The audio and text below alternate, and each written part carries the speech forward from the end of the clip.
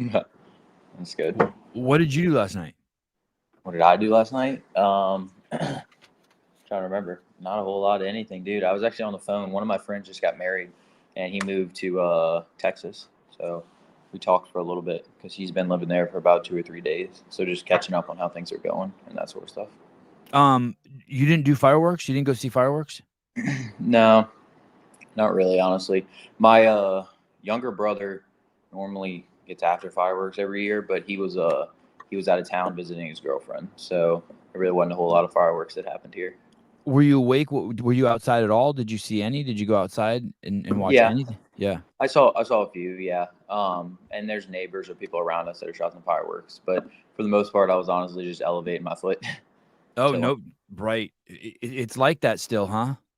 Yeah, it's honestly doing pretty good. I'm about 4 weeks out of surgery. Yeah. Bill Leahy, wow. It's wild how because I just kind of live in my little circle, and then all of a sudden, and I talk to Andrew regularly, and he's like, "Hey, Yeah, dude, yeah. there's this dude Bill. Hey, dude, there's this dude Bill. Hey, dude, there's this dude Bill." And it Uh-huh. was fun to see him, and he really enjoyed. He really enjoys the relationship that he built with you, and that you built with him, and that you let him build.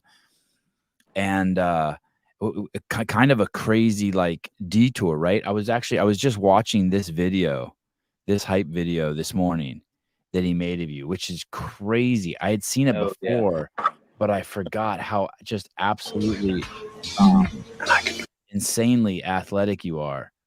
And Yeah, that's that was a cool video. where you jump and hang from the rims recent, right? Yeah, yeah, that was like a month or two ago. Probably like 2 months ago, like right before Simmons. Yeah. I mean, alley ooping, fuck, Yeah, the alley ooping's crazy. that was back in the day.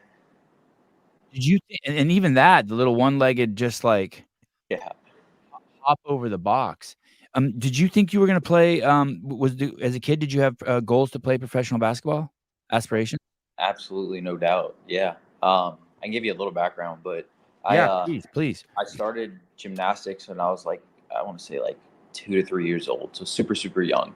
And I did it pretty heavily till about 8 years old, and I say heavily like 5 days a week. And I was competing regionally, so like Alabama, Texas, kind of around that spot, Arkansas, Mississippi, Georgia, like around that area. I went to like competitions, Hey, and I did that. what's that look like, gymnastics at a young age? Because, a lot of like, if I take my kids here to Santa Cruz Gymnastics, Yeah, yeah. it feels like it's, like, more like there's some gymnastics, but it also feels like daycare. Yeah, no. So I was on like a team. There might have been maybe like anywhere from like 6 to 10 guys that kind of rolled around there, but we like trained every day. So it was like 5 days a week kind of thing. And we all had like you have different events, whether it's like the floor, pommel horse, high bar, rings, whatever. And so you had routines that, and then you went to meets, and then like you would do your routine at the meet, be judged, get a score out of 16, and then you'd have like an overall winner kind of thing. Or you So might you have weren't won. sitting around eating goldfish, doing arts and crafts for 2 Yeah. hours and then training for 30 minutes. Yeah, no, something you'll find out was that anything I do in life is pretty hard and a lot of. So yeah, there's no, I guess, fun times in that. I mean, it was fun, but it was taken seriously. Like I was trying to be good, like to the point that like I was 5 or 6 years old and I was like, I want to be an Olympian. Like that's why I was Wow. doing gymnastics. Yeah, it was like very clear. And a good program. Your parents found a good program. Oh, I think it's great. I'm gonna put my kids in it when I have kids. Like I think it is It's an still awesome. around? It's still around? Yeah, that place that I went to is still around, but gymnastics in general, I think is awesome. Like I think it creates a great base for any kid to go into any sport afterward because it just teaches them body awareness. So it's like I think that was a tremendous part that helped me in my life, whether it was running track, playing basketball, doing CrossFit, like all of it. I think that was great. But I did that until I was about 8 years old, and my dad was like, "Hey, you need to take a break and try sports." So I was like, Did "Okay." you So I have was any injuries in your early gymnastics years? Like, do you remember no. no, You don't ever no. remember hurting yourself, twisting your ankle, sitting out for a week or a month or nothing? Yeah, no, no. But so I was like around 8ish, 9 years old, and I was like, you need to try sports. So we went to like the local rec kind of thing. I played basketball, baseball, and I actually was gonna play football that year, but this is funny too because I was I was 8 at the time, making 9, and I had missed the cutoff for the 7 and 8s football team by like 8 days or something. It was Is like there a fan, Bill? Sorry, is there a fan on in your room? Yeah, hold on, let me see. Thanks, because what it's doing is it's kind of messing up your audio. It's turning your audio way down. Okay, give me 2 seconds because I have to Yep. crutch. Yeah. Oh yeah. Shit. Okay, we'll enjoy that. Yeah. Damn. Yeah. Give me a second, I'll be right back. Look at that. What is that in the back? Is that a window? Is he in an attic? Bill Leahy. Andrew made a full feature on this guy. If anyone wants to see it, go over to HillerFit and you can watch the entire feature. Andrew was with him before semifinals, watching him train. That should be a little better. Oh yeah, much better, much Perfect. better. Awesome. Yeah, thank you. Nice I know you're in an attic and it's probably going to get hot up there, so I appreciate it. Or it looks like you're in an attic. No, I'm good to go. Okay. But yeah. So trying to remember where it was. Oh yeah. So I played basketball, played baseball, and then I was gonna play football, like 3 major sports kind of thing. But they ended up not having a team in the 7 and 8-year-olds. I'm sorry, in the 9 and 10s. But I was 8 days too old to play in the 7 and 8, so I did end up playing football. And it's funny, but I never played football my whole life. And I think if I would have been a few days younger, I would have played football. And I think being as athletic as I was and like my build and all that sort of stuff, I may have had a different trajectory in life if I ended up playing football at that young of an age. But once I did that, I fell in love with basketball. So then I started playing basketball pretty hard, honestly. I ran cross country a little bit when I was younger and did track in high school. But I was homeschooled actually through 8th grade. That would explain why you're so weird. Okay, that explains it. Okay, I got homeschooled kids too. They're weirdos. That's funny. Yeah, I think homeschool. You're a nice man. You come across as such a nice man, and the homeschooled kids are so nice.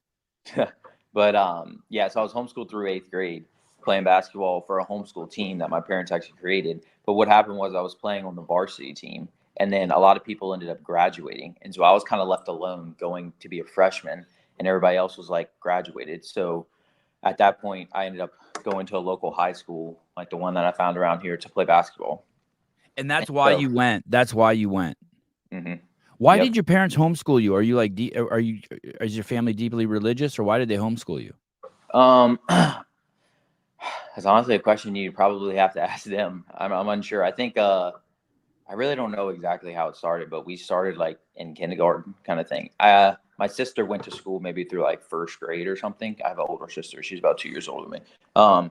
But after that, we were all homeschooled. So I don't really know because it was kind of just a thing that happened. Is your family really religious? Did you do church every Sunday? Yeah, I would say, yeah, we're religious. We're believers. Mm-hmm. Yeah. And what about vaccines? Did they give you vaccines as a kid? Did they give me vaccines as a kid? Like, do you remember getting your vaccines? Because usually those are the 2 big reasons, because schools will require vaccines, or they'll be teaching the kids stuff that the parents are like, hey, I don't think my kid should be learning that. I do vaguely remember getting some, but not a ton, honestly. I wouldn't say. Gotcha. Okay. But it was more of an environment thing too, yeah. Because I guess in life I didn't really always follow the common path, so being schools and stuff like that. So yeah, that probably played a factor in. I'm not sure if the vaccine thing was like a huge factor, honestly. I don't know how much schools around here where I live really require vaccines. Where do you live? South Louisiana. Okay. Yeah. Okay. You guys beat to a different drummer than us in California. Yeah. Yeah. So it might be a little different with vaccines too. But so yeah, I went to school in 9th grade. I played. Did you acclimate well? How was that? Yeah, it honestly wasn't too bad. If you want to be totally truthful with you, yeah, that video that Savon posted, it was when I was dunking when I was 15 or 14, something like Hiller, that Hiller posted. Yeah. Hiller, I'm sorry, not you. Okay. Yeah, that video that Hiller posted was like 2 weeks into the beginning of my freshman year at that school, and it was during field day. And so what happened was the school probably has like 1,000. It was an all boys school that I went to. And it was like they had the best basketball around here in driving distance. And it was during field day, and they had roughly about 1,000 people in the gymnasium. And word was getting around that there was some like small white kid who could dunk that was a freshman. And then it started like as field day was going on, all of a sudden, if you heard in the video, they had a chant, "Let's go Bill." The entire school was chanting that. So like I crawled from the top bleachers down, and one of the seniors on the team threw me a lob, like an alley-oop. Wow. And so that like broke it open for me because then everyone in the school knew who I was. So acclimation after that was very, very simple. Hey, isn't that interesting? That's kind of the same thing that happened with Andrew, right? There's this How, guy, how Bill so? Leahy, just that you were really good at basketball, and then all of a sudden you were just thrust into the limelight from just being Yeah, kind of in your home and no one knows who you are. And the that's true. same thing with CrossFit. There's guys who are at your that have had your success. A lot of people don't know their names, and No, then Andrew exactly. just pushed you out onto the court and is like, "Hey, look at this guy." Yeah, no, honestly, it's kind of happened that way too. Yeah, Yeah, good interesting. point. And were you self-motivated up to that point, or were your parent in Yeah, basketball? You were. yeah, Your very. parents didn't have to ride you or yell at you. There were no fights at home. Bill, get out there It and was practice. it was totally understood. So basically, the kind of thing in my household growing up was you kind of need to be involved in something. It doesn't necessarily matter what it was. If I told my dad, "Hey, like I want to go play the piano tomorrow," he'd be like, "Okay, but we're doing the piano 5 days a week. Like you're working." Like it was Right. always taught to have a work ethic and do something. It didn't matter what it was. So if I would have said at any point I don't want to play basketball anymore, I want to do X, it was fine. I mean that's how basketball stopped and CrossFit began. Like same thing, and that was just a big thing in our household was just always be involved and be doing something and learn how to work hard. Okay. So at 15, you get thrust out there, and how's your high school basketball season? It was good that year. I made the freshman team and played. Started some. I'm sorry. I made this varsity team. Started some games, so it was all good. We had a pretty good year that year. The following year, my sophomore year, um, we went to the state championship game for the first time as at school, and we ended up losing. But I started sophomore year like the whole season. So I mean, it was all pretty good. And then that was when colleges started talking to me. Was my sophomore year, and when I started going on visits and stuff like that. So that was about when everything started coming to. And then junior year came, and that was kind of when the realization came that what I wanted to do in this sport might not occur. At best, I was going to like walk on to a Division 1 school kind of thing, and then maybe play a year and try to work my way into a scholarship. After that, it was like D2s, D3s, and NAIAs is where I had offers. And there were some really cool schools, some very smart schools that giving me offers and stuff like that. But in general, about halfway through my junior year, towards the end of it, I kind of realized that I always had a desire in my life to be the best at something, and like basketball wasn't going to be it. It was like I was 5 or 6, I wanted to be an Olympian, and then at once I started playing sports, it was like I want to be in the NBA kind of thing. And then going into senior year was kind of around my aunt owns a box, probably about 15 minutes from my house. So I had heard about CrossFit, but didn't look too much into it. But once my senior year of basketball ended, that was in 2020, and that was when COVID started and the whole shutdown. And it was March of 2020. So I didn't get to run track that year, which I was looking forward to doing. And then that was kind of over. Like we were on lockdown, and then my aunt was like, "Hey, we have this thing called Murph at the end of May." And I was like, okay, that's cool. That'll give me something to do, kind of thing, stay in shape, whatever. And I was still contemplating the whole play college basketball or not. But then when I started like diving into CrossFit during that time period and training hard and like looking at all of what it was, I actually, my parents, where I'm at my parents' house right now because of my foot, but they have a barn in their backyard. And me and my best friend Colin, which you've seen him before, he was a guy on the tree cutting video with shaved head. Okay. Yeah, we built like framed in the inside of my parents' barn and like made our own home gym essentially. And then that kind of like this was around May about 4 years ago. And that was when I started. I did Murph and I was like, I want to do this CrossFit thing. Like I had watched all the documentaries, whole 9 yards of stuff. So I was like, I think I can do this and I think I can make this professionally. Like I can make the NBA of CrossFit, which is the games. Right. And so I was like, I want to do this. And it was one specific day. I had a treadmill in my room. Yeah, I had a treadmill in my room since I was like a freshman in high school or something for running with basketball. And my dad was actually running on it, and I was sitting on the bed, and we were talking through it. And he's like, "What do you want to do?" I was like, I want to be the fittest man in the world. Like that's what I've always wanted to do." And I think God's finally pointing me to the thing that He made me for. Like everything makes sense. It lines up. Like this is what I was made for. This is what I want to do. And he's like, all right, if you want to do it, then we're going to do it. And I was like, what do you mean? Because originally I was thinking I would just go to college and train on the side. And he's like, no, if you want to be the best in the world and you want to do it, like we're going to do it. We're going to go all in. This is the only point in your life where you don't have a mortgage, you don't have a wife, you don't have kids, you're free, you're youthful. He's like, we're going to go for it. And what's the worst that happens? College will always be there. Getting married will always be there. Buying a house will always be there. But you being young and this free won't. And I was like, all right. He said it's going to be risky, and you could walk away in 4 or 5 years and not make it, but it's worth the risk, and nothing great will be done without a risk. And I was like, right, like I want to do this. And then it was kind of around that time, I'd say May or June-ish, and I signed up for a gym and I went all in. What did you run in track? I ran the open 400. So Okay. 1 lap. I was actually pretty good at that. To give you an idea, I probably was better than I was at basketball. The sole reason I ran it was because at my school, they had the school record for the open 400 was like 30 years old or something. So like, I was like, I think I could beat that kind of thing. So I went out there, and my junior year, I ran because we started late because basketball went into the track season, but I ran like a total of 4 races, maybe, or 3 races, I think. I ran a total of 3 400s. My third 400, I broke the record. And then my fourth one was the district meet, and I actually DQ'd because I false started. And then that was it, because I didn't get to qualify for regionals. So it was like that short of a span. But it was totally run just to break the record at the school, which I did, and the name's still up there today. So that was pretty cool. But I definitely could have ran at a pretty big college for track, honestly. Did you enjoy running? Did you enjoy the 400? Yeah, I did a lot. It was super cool. Honestly, it's very comparable to CrossFit, as crazy as it sounds. It's like a minute and you hurt for about 10 or 15 minutes after. So When you're the 400 is just 1 lap. just 1 lap. And when you set the school record, did that feel special? Like, was that, were you Yeah. like, were you at some point like turning one of the turns being like, wow, I'm like flying? In the race, I was like so far ahead of everybody else in my heat that I was kind of running alone.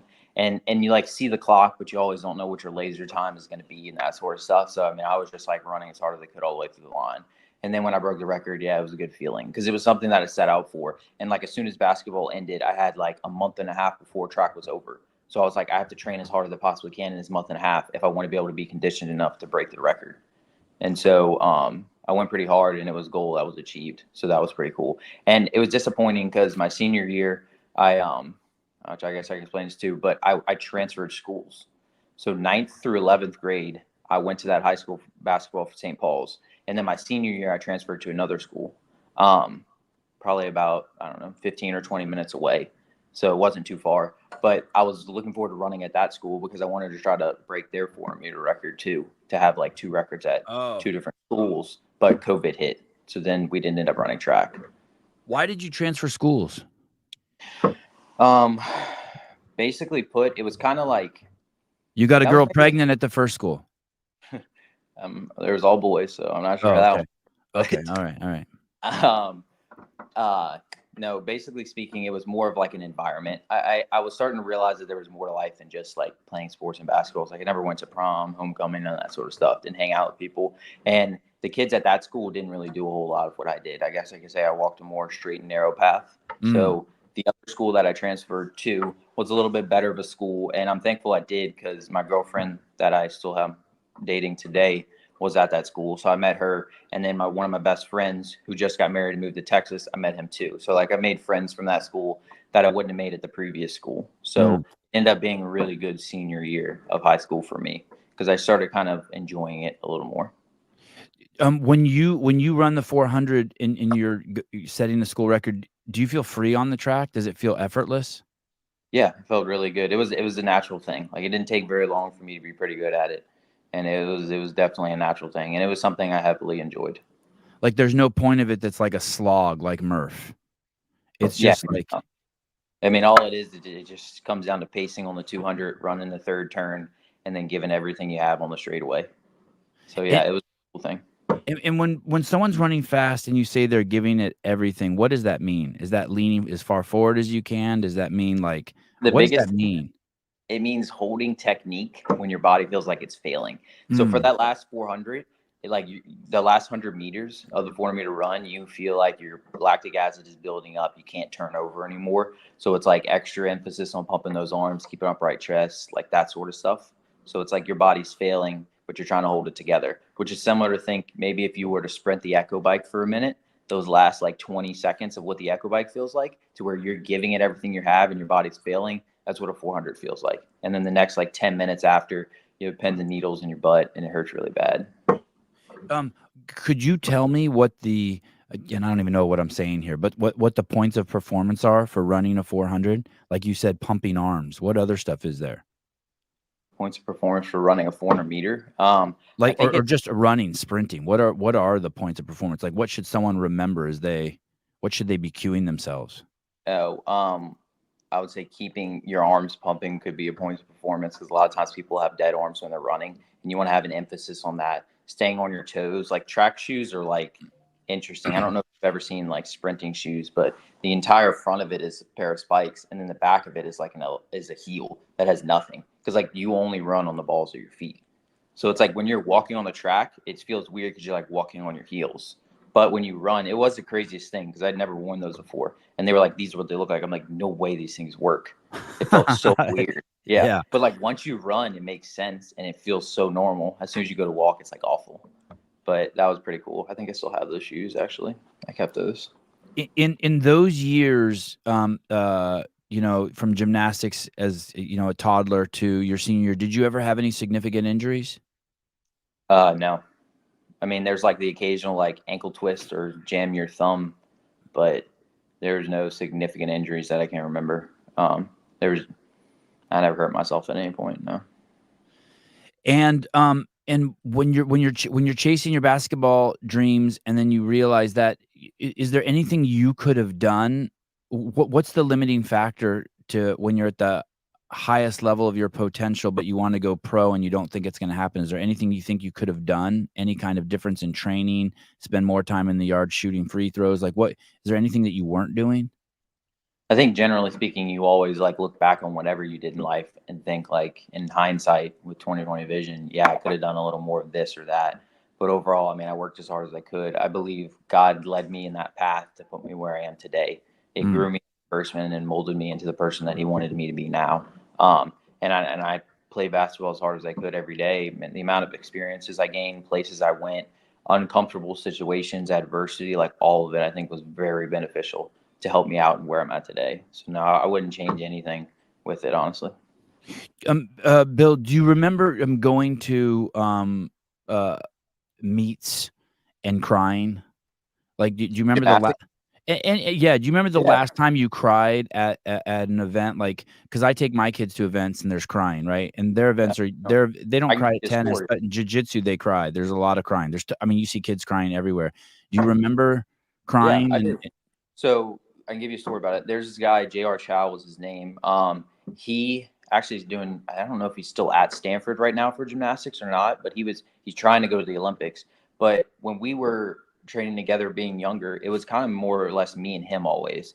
Like we would butt heads. It was like I was a consistent second, and I could beat him every once in a while, and he would win most of the time. And then it was everybody else. And we were at a state meet. Was he also at your academy, or was he at a different academy? No, he was same one. So Okay.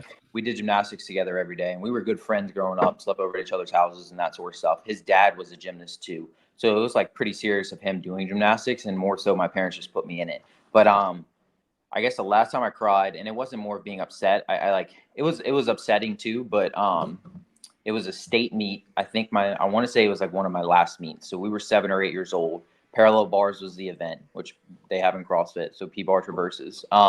And to finish the event, we had to go from like an L sit to a handstand, and you could get a bonus. And it was something we were like 7, so like we didn't really do that very often. And it was only trained to get like a bonus on your routine. And I remember I was like thinking in my head, if I want to try to beat JR here, like I have to go for this because it was basically like me and him at the state meet, and it was like we were competing against each other. And I remember being like, if I want to beat him, I have to go for this. And I remember going into the handstand and falling over the top. So like I fell on my back on the P bars and then rolled off. And I remember crying really hard. My coach came over, like I had a salute to finish my routine, and I remember like being upset. It hurt and scared me, but I was more upset because I was like I went for it and I failed because I was like I knew I needed this to have points on the P bar event to try to beat JR.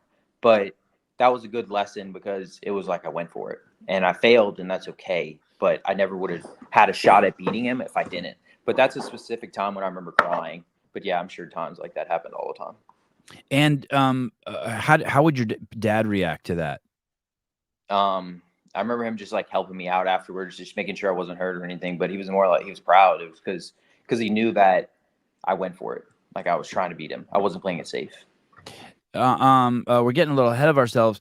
Matt Burns, did Bill want to dick slap Hiller after the quarterfinal workout?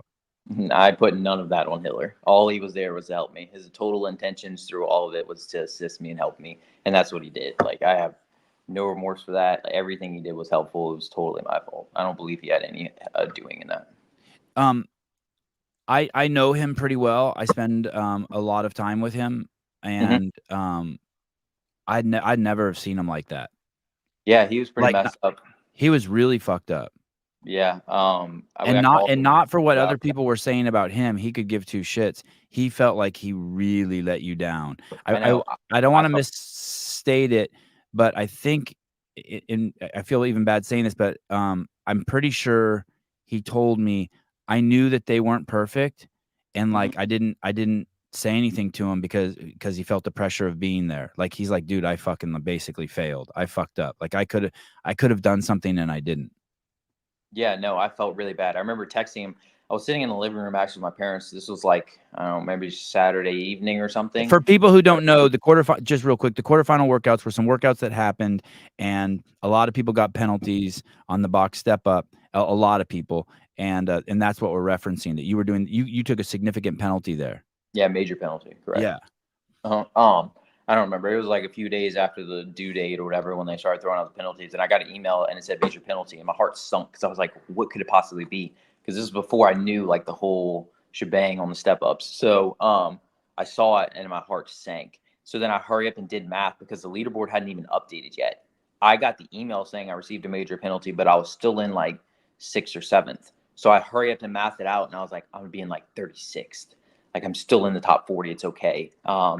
But then I texted Hiller about it, and he said he was hanging out with friends or something. But then he saw it, and we had a phone call. Yeah, and I could hear he was upset, and I was upset too. It was like I almost felt bad for him because I knew all the repercussions he was gonna have to face, obviously with his followings and like who he is, and I knew he just cared. Like everything he did when he was here, he was just trying to help me, and it was a mistake. So I honestly felt bad because I felt like I let him down. Like I knew that was gonna be a lot of hurt from him, and I didn't want that.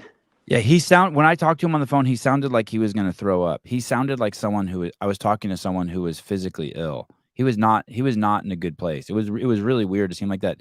And like I said, he never mentioned to me giving a fuck about what anyone else thought. Yeah. He was just like, fuck, dude. Like he felt like he let you down. It was weird. It was a trip. No, and I think that's a testimony to who he is as a person. I know a lot of people will have a lot of opinions about him, and I mean, I did too when he made the first 2 videos about me. I never got to talk to him, but I knew in the grand scheme of things, I was like, I just want to talk to this guy. I want him to meet me. I want to meet him, truly find out who he is as a person, and then vice versa. And once you do that, you'll understand there's a lot more behind that camera. Did you feel like when he showed up at his house right away, could you tell that he really cared? Yeah, definitely. I mean, I could tell he cared when we had the interview at Crash, and he wanted to just ask me about it all and figure it all out. And he was nice, and he didn't want to interrupt any of my events. He's like, look, dude, this is gonna mess your head up. Like, we don't have to do this. Like, let me know a time. Like, he was very, very helpful with all that sort of stuff. And that showed me that I was like, okay, he's cared. He's not just in this to get a video out. Right. And you know, like you see, like he worked with Haley Adams, and it's one of the biggest videos and most impactful videos, you know, in the last 5 years that anywhere in the CrossFit space. And so for him to put that time into you, who doesn't have the name, who wasn't going to garner that attention, was very interesting. So and I know, because I know him, that he was so excited at what you were showing the world. He was like, seriously, dude, I'm not joking. This guy can win. I'm not like, this isn't a joke. I think it's really, really cool to have people of that stature believe in you. I think that's a super, super cool thing. You didn't mind the pressure?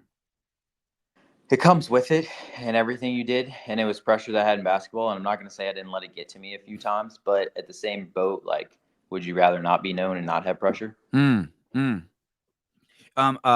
had a friend who was bugging me all the time, and I was complaining to another friend about this friend who was bugging me all the time, like demanding too much of my time. And then he basically said, hey, you have to ask yourself the question, would you rather have it the other way and not have this person be in your life at all? And I was like, oh, fuck. Like, you think of it like that, and it's like, yeah. Yeah. And I'm all in. Way more than just pressure and aspects in your life. Yeah. It's like looking at the other person's grass and just looking at the one part that's green and saying you wish you want that, as opposed to looking at their general whole picture and being like, no, I don't want that. What did your dad do for a living? My dad owns an insurance company. And was he a big sports guy? Are you saying like, did he play sports growing up? Yeah, or was he just Yeah. obsessed with sports and Um, physical activity and training? Like, does he Yeah. train a lot? He's now he doesn't train a ton. I would say his training honestly is funny. It's kind of similar to yours. It's very much the same thing every day. Like he Okay. has 2 different workouts that he does, and he just alternates between those. Yeah. It's like one of them is like triangle machines that he does, and then the other one is like some push-ups, sit-ups, air squats, curls, and dead hangs and stuff like that. And he just pretty much does the same thing every day. Let's be honest. I have 3 workouts. I'm 33% more diverse than your dad. Yeah, that's funny. As you're doing this, do you remember the first time you went into a weight room? So you're a gymnast, and we all know gymnasts get really strong without the weight room. When was your first introduction to the weight room? I would say probably, I guess, through high school for basketball, but it wasn't like really weight room stuff, if that makes sense. Like we didn't spend a lot of time benching, squatting, deadlifting, power cleaning. I didn't snatch, like none of that sort of stuff. It was more like do some box jumps, do some dead hangs. We'll do incline bench press, some plyo work, stuff like that. And I did that growing up through 9th, 10th, 11th, and 12th grade. Dead hangs meaning you would just go hang on you for time. You would hang from a pull-up bar. Yeah, my coach always thought that was really good for your shoulders and all playing basketball. So we actually did those a pretty bit. And what do you think about those? Do you subscribe to that? Oh, I think it's great. I do them all the time. I've been doing them a ton with my foot too. I think they're a great and underused tool. Nobody does it enough. And when you say dead hang, do you have any engagement? No, just total hanging. It's more emphasis on your grip, but I feel like it makes my shoulders feel really good too. Oh, interesting. Okay. I used to do a lot of that with my kids. A lot of that. Yeah. I think Greg told me one time he had this theory that you could not have a pull up and just do dead hangs and just work on dead hangs. And then one day you would just have a pull up. That basically it transfers like that. He suspected it transferred like that. That's a reliable theory, I think. So when you in 2020, why you said your aunt owned a CrossFit gym? Yeah, CrossFit Mandeville, correct. Is that your dad's sister?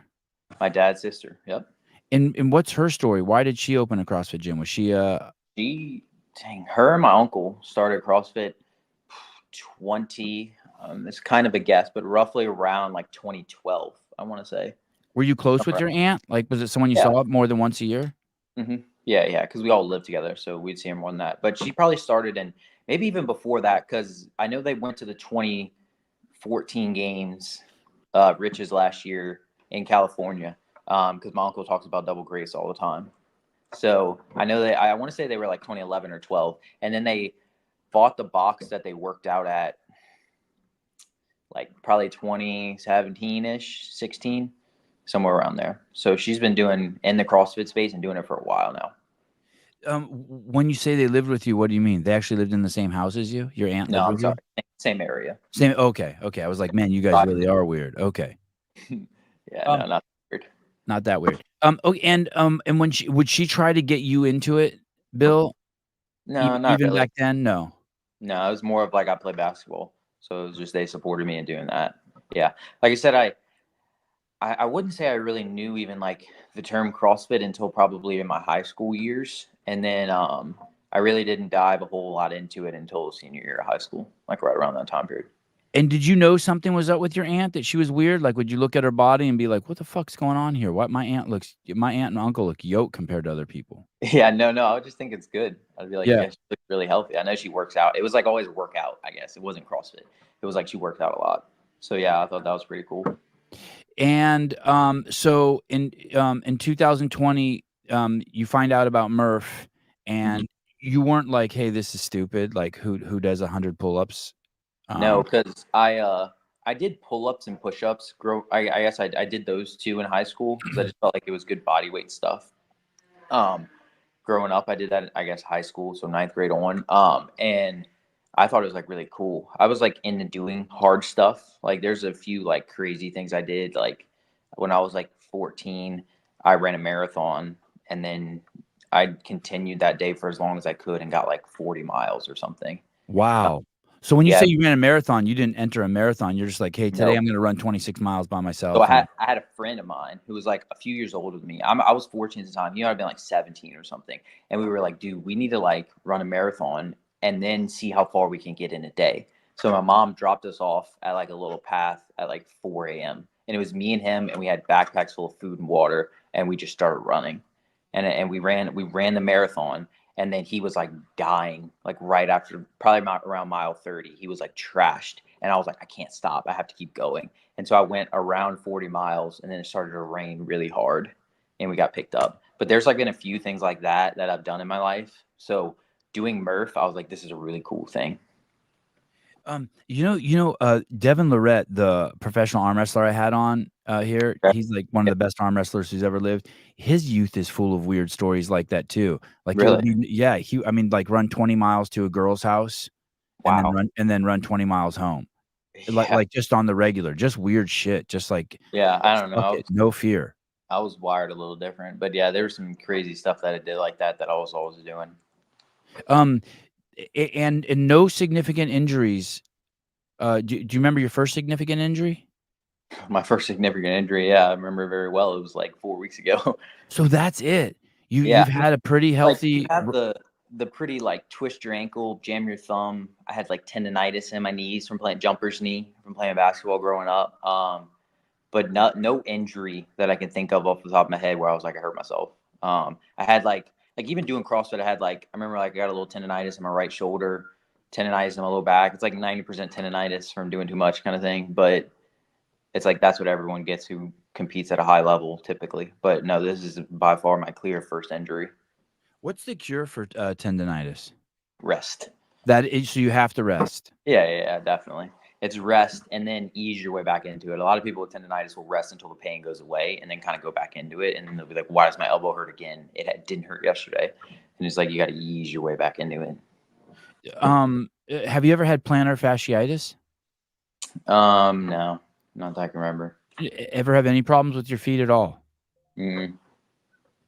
Yeah, that's amazing. And do you know the longest you've ever gone without working out?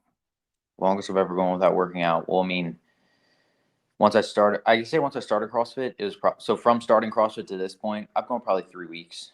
You've Without, gone 3 weeks without training.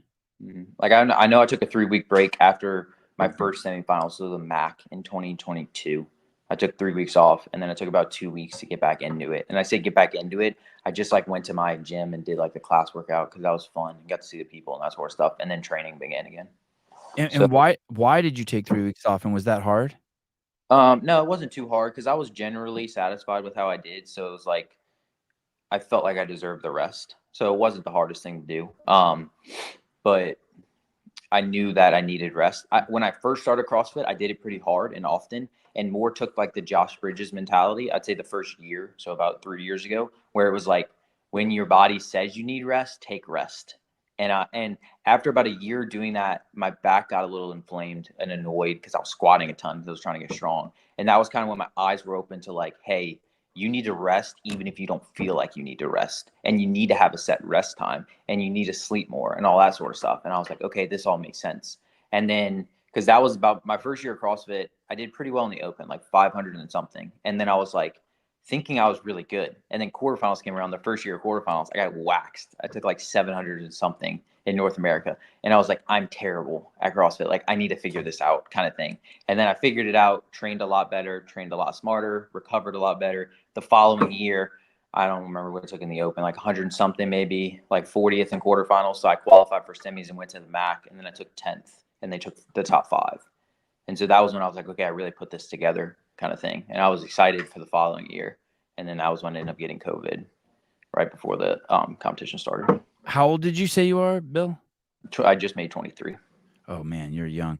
Hey, has any part of you what are your thoughts on drug use in the sport? Meaning, has any part of you in your like so that would be when that could creep in. You take 500th in the open, and then quarterfinals don't go the way you want, like, or not that they don't go the way you want. You see how good everyone is. Do you ever be like, hey, someone must be using. Do you ever use that as an excuse? Someone must be using drugs, and I'm not going to do drugs, so I can't do this. I have to bow out. No, honestly, I was like young too, like 19, 20, and I was so naive because like I trained by myself, I programmed for myself. Like the only people I knew was at my box, and my box has like 5 people who make quarterfinals every year. So it's like me, and it's funny the difference between me and then everyone else at my box. It's what a CrossFit gym honestly is meant to be. There's 100 or so, 150 people who are all healthy members of a demographic, typically like 40 to 50 years old. That are people are just looking for 1 hour a day of functional fitness, and that's really good. And I'm a huge advocate for that. But it allowed me to be naive, I guess you'd say. And I was like, no, it never even crossed my mind. It was more like I need to work hard. Like I sucked at GHD sit-ups, so I did 400 GHD sit-ups a week ever for 52 weeks after that quarterfinals till the following year's quarterfinals. It was So you more of never like felt that as an excuse pop in. it was more of I need to work harder. I need to dial more in, that sort of stuff. And what about nutrition? Have a lot of athletes at 23 won't even have started fucking with nutrition yet. Have you Yeah. started? I'm actually looking into getting a nutritionist coach now because that's something I haven't done before. But generally speaking, I kind of just follow the CrossFit diet, I guess you'd say. Not the zone diet, but in terms of like what to eat. I try to stay out of the middle aisles of a grocery store, eat the outsides, don't eat stuff with expiration dates in boxes, all whole and real foods. And I've kind of, as time has gone on, experimented like what's enough and what makes my body feel good and what body weight's a good body weight to train at and that sort of stuff. So I've done that, but I'm actually looking at getting a nutritionist this year. That's something that I kind of want to look into because I think it's just something else I can dial in that'll help me out. Is there anything that that you've just completely given up that you're like, hey, now that I'm a CrossFitter, I'll never eat that again? No, generally speaking, when I grew up a lot, it was always like a big deal. Like I was never a big sweet eater. Like I remember every year for my birthday as a kid, my mom would make me eat my birthday cake, and I never wanted to. So she was like, "You can't have a birthday and not eat your birthday cake." So it was just something I never really did, and I never drank or anything like that. So it wasn't like I had to cut drinking out or drugs or that sort of stuff. Andrew, when Andrew was there, he was like, "Hey, man, this guy's just obsessed." And I go, "What do you mean?" I'm like, "This is like really all he does." I'm like, "Well, give me an example." He's like, "Well, his girlfriend only comes over 1 day a week." He goes, "He's either training or resting." And I go, "What's that look like?" He goes, "Dude, he even has a chair. There's the workplace you work out, and then there's the chair you rest in, and then you eat, and then you just keep repeating that." Is that Yeah. is that how you are all the time, or was that the build up to semifinals? No, I would say, I mean, I would be lying if I say that's not how I am all the time. It's just I enjoy it so much. I have such a passion for it. Like I know God made me for this, and it's just like I'm all in because it's like I love every second of it. And if I do this for free for the next 10 years, I'd do it for free. Like it's like I love the journey of it, and I think that's just the part of it that keeps me going. So even now, as you're healing, you have some very strict, I guess what some people would say mundane protocols. Like you're in a very tight loop of what you're doing. Yeah, generally speaking, yeah, for the most part. I'm trying to hang out with my girlfriend a little more now. I have free time, so that's a good thing. She's been great and super supportive through it all, so she deserves that. But it's been good. I mean, I can't complain.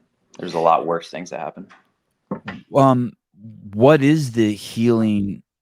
Can your injury heal in time for next season? Yeah, I can walk you through it. So when this past Wednesday made 4 weeks after my surgery. So the first 2 weeks, because it's like a incision, so I had. Sorry, let's go back a little further. Yes, Let's even go. Let's start at the beginning. You had never had it's the Achilles tendon actually snapped, that wire that I can feel right now on the back of my ankle. yes, correct. So when that thing snapped, you felt back there and there wasn't one back there anymore? Yeah, I could tell you the story how it happened, or like how what it played Please, out in the events. So please. I was in event 3 of semifinals. I was doing pretty decent. And I remember finishing my last legless rope climb and running to the box. And I had just watched Ricky and Bailey Martin do. They like raced in that workout in Oceano. I don't know, however many hours are they are ahead of us. And I remember they set an event record at like 9:10 or something like that. And I was running to the box at like 8:15, 8:20. I was like, I can set an event record right here. I can do these 10 box overs way before the time expires. And so running to the box, like everything was good. I did 1, 2, 3, 4. So I was on the same side that I started. And I went to jump over for my fifth one. And the only sensation I got was I thought I kicked my judge. Like I thought the back of my heel kicked him. So then when I landed and turned, I saw him my peripheral on the side. And I was like, playing basketball my whole life, you always hear about people tearing their Achilles, and you're always like hear that they say they thought they kicked someone, and then they look behind them and nobody's there. Yeah, or they So got hit by, like, I've heard this one a lot too. You run to second base and you think the ball hit you, and you yeah, look yeah, around that's for what, the ball and you don't see it. and that's what happened. And as soon as that happened, I knew. I was like, I just tore my Achilles. There's no way. And it's like one of those moments that seem to last an eternity. Everything went through your head, whether it was like, this is over. There's no way I did this. Will I be able to recover? Am I going to continue? It's just like everything. And so I put my hands on the box to step off in disbelief, and my judge was like, no rep. So I was still at 4. And I was like, I don't care what happens in the future. I don't care that if I withdraw after this. I don't care if I have a torn Achilles or not. I'm going to finish the event. And so I jumped over again to do my 5th box over, landed, and the only sensation I had in my back and my foot was like it felt like all of a sudden my heel just elevated a little bit. Like it felt like I had like a heel insert in. That was it. And so I jumped to my 5th one, and then might have done my 6th one and like lost balance. So I put my hand. He was like another no rep, and then I finished the next 4 and wobbled to the finish line. And I was sitting on like the stereo, and everybody else was finishing the events. I signed off my card. The medical team came. They're like, "What's wrong?" I was like, I tore my Achilles. They're like, I don't know if you did. Like, I don't think you would have been able to finish the 30-inch box jumps if you did. And I was like, maybe you're right. Maybe I didn't. Like that wouldn't Oh, a seem little right. hope, a little hope. Yeah, exactly. Because you look at like Kobe Bryant towards Achilles, he like wiped out on the floor. They helped him to the free throw line. He shot 2 free throws and they carted him off. Like it was a huge deal because he stood there and shot free throws. So I was thinking in my head, there's absolutely no way I did 8 box jumps to 30 inches with a torn Achilles.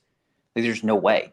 And so as time was on, they were just like, I don't think you tore it. And I'm still sitting there and I'm thinking in my head, like, I know deep down, like I tore this thing. And then it was like emotions. And by tore means snapped. Yeah. So like it's connected like this, and all of a sudden, boom, snap, just like that. Where does it snap from? Does it snap from the bottom of the heel or So somewhere in the middle? from what I understood, all the way from like right next to your calf to the bottom of your heel. So like Okay. it's under your calf, or I'm sorry, yeah, the origin's under your calf and it inserts under your heel. So some people have had it pop off the bottom of their heel and take part of the bone, and then other people have had it pop at any point up until the calf. And mine was like an inch and a half above my heel, maybe is where it tore. But Wow, that's a thick spot. yeah, and so they were like, they said like, do you want to be wheelchaired off the floor?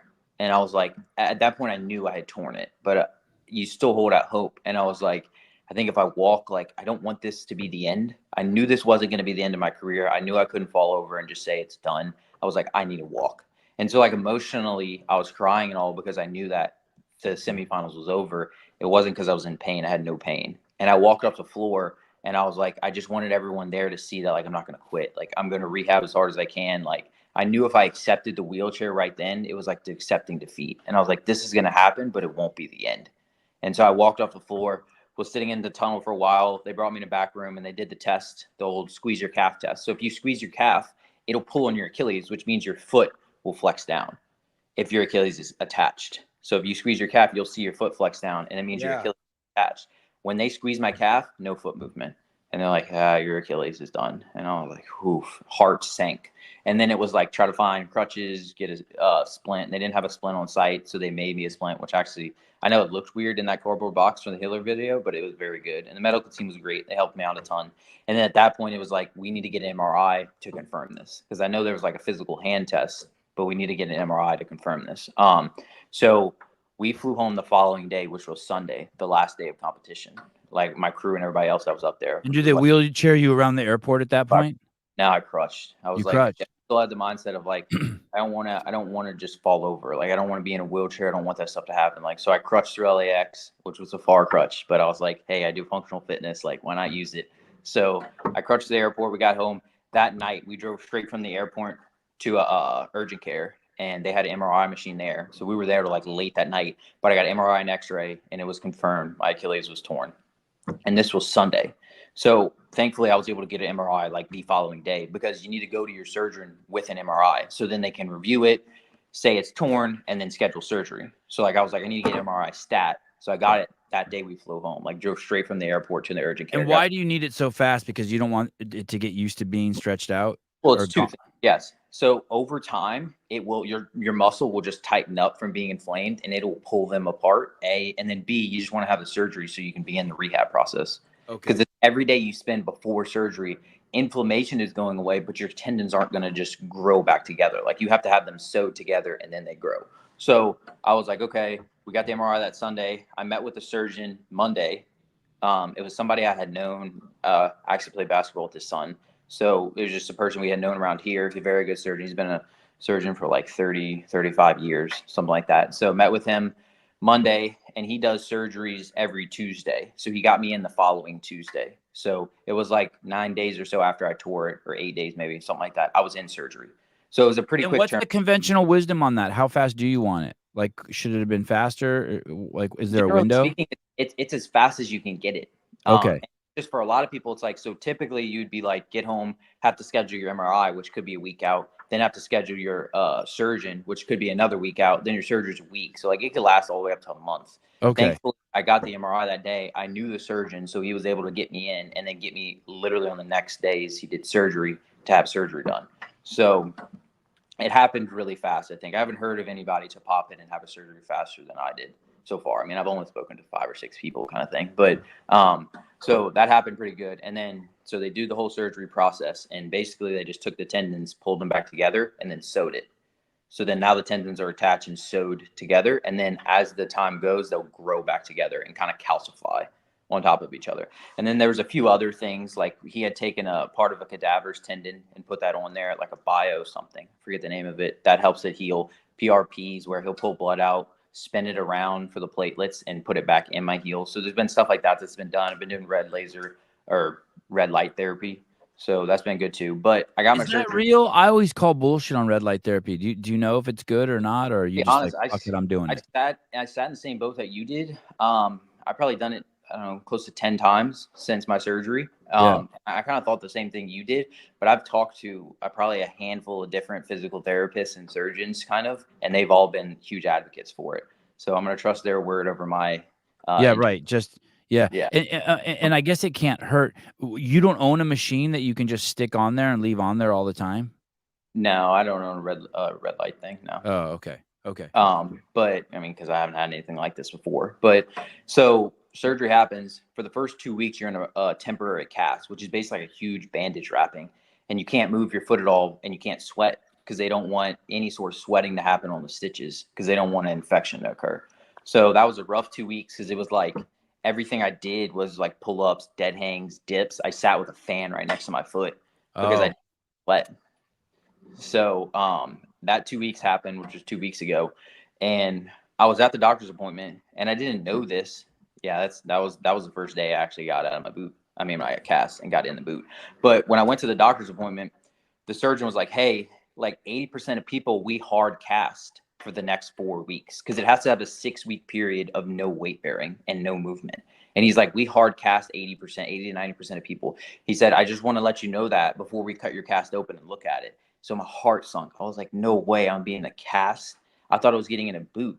And he said, look, we have to check how the incision is healing, what the swelling's like, and if you have any movement. And he said 9 out of 10 people aren't good enough in those 3 tests, so they have to go on a hard cast. So my heart sunk. But once he cut me open, he's like, wow, incision looks great. Like it had healed so much so that they had to like dig my stitches out essentially.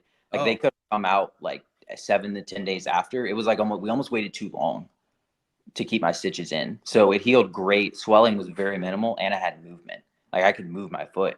And so he's like, wow, you're doing really good. Like you can go in a boot. And I was like, whew, great. So I've been in this boot, as you can see in the video, with crutches for the last 2 weeks. And it's been really good. My incision is like totally healed up now. Now it's just a scar. So there's no more scabbing or anything or bruising or anything And like that. are you outside the window of infection? Yeah, totally outside the window of infection. Yeah. Did you have to take antibiotics, Bill? They did give me them, but I didn't take them. Throughout this whole process, I think I've only taken, he gave me baby aspirin because for blood clots, just because you're not moving it. And then I took Tylenol the first like few days after, but that was it. So I didn't take any pain meds, like none of the Oxycontin or stuff they gave me like that. And then no antibiotics, and nothing occurred. So And did they get upset that you didn't take the antibiotics? no, I don't think so. No. No. Maybe I'm trying to think. Maybe I actually did take a few the first like few days, I think. But I didn't take any as a result of an infection. But as far as pain goes, it was very minimal. I was honestly shocked because everyone they had been talking to, you get a nerve block when you get the surgery, which they put a nerve block in my knee. So like right after I got home from surgery, I couldn't feel my toes. I couldn't move them. It was like paralyzed essentially. And they said the nerve block lasts 36 to 48 hours. So I was thinking in my head, I'm like, okay, so for like 2 days, I'm not gonna be able to feel my foot. I went to bed that night. I got my surgery around like 12 p.m. in the day. I went to bed that night. I woke up at like 1 a.m. I crushed out of my room and I was like, Mom, like I can feel my foot. I can move my toes. Like the nerve block is gone. And I was like, oh, because my heart sank because everyone was like, you got to get on your pain meds early. Like it's going to hurt bad when the nerve block wears off. So I was like, I didn't want to get the pain meds. So I was like, give me some Tylenol. So I took it for like 2 days and it hurt a little bit. And I was like, I'm waiting for this to get bad. And it just never got bad. And the pain being where the tear is, like actually at the local point of the tear. Yeah, it's like there, or you'll get some pain in your calf or ankle kind of thing, just because it was an invasive surgery. So, but it ended up being really good, and so far everything's been great. Like I have a pretty good bit of movement, honestly, in it right now. So, do you do this stuff a lot? Are you doing like? yeah. So what I'm doing is the doctor said you can have easy movement because that Uh-huh. promotes healing. So what I've had is 3 times a day. I've had someone like move my foot, flex it 50 times, extend it 50 times, and then move each digit of my toes. And I've done Yeah. that 3 times a day for the last 2 weeks.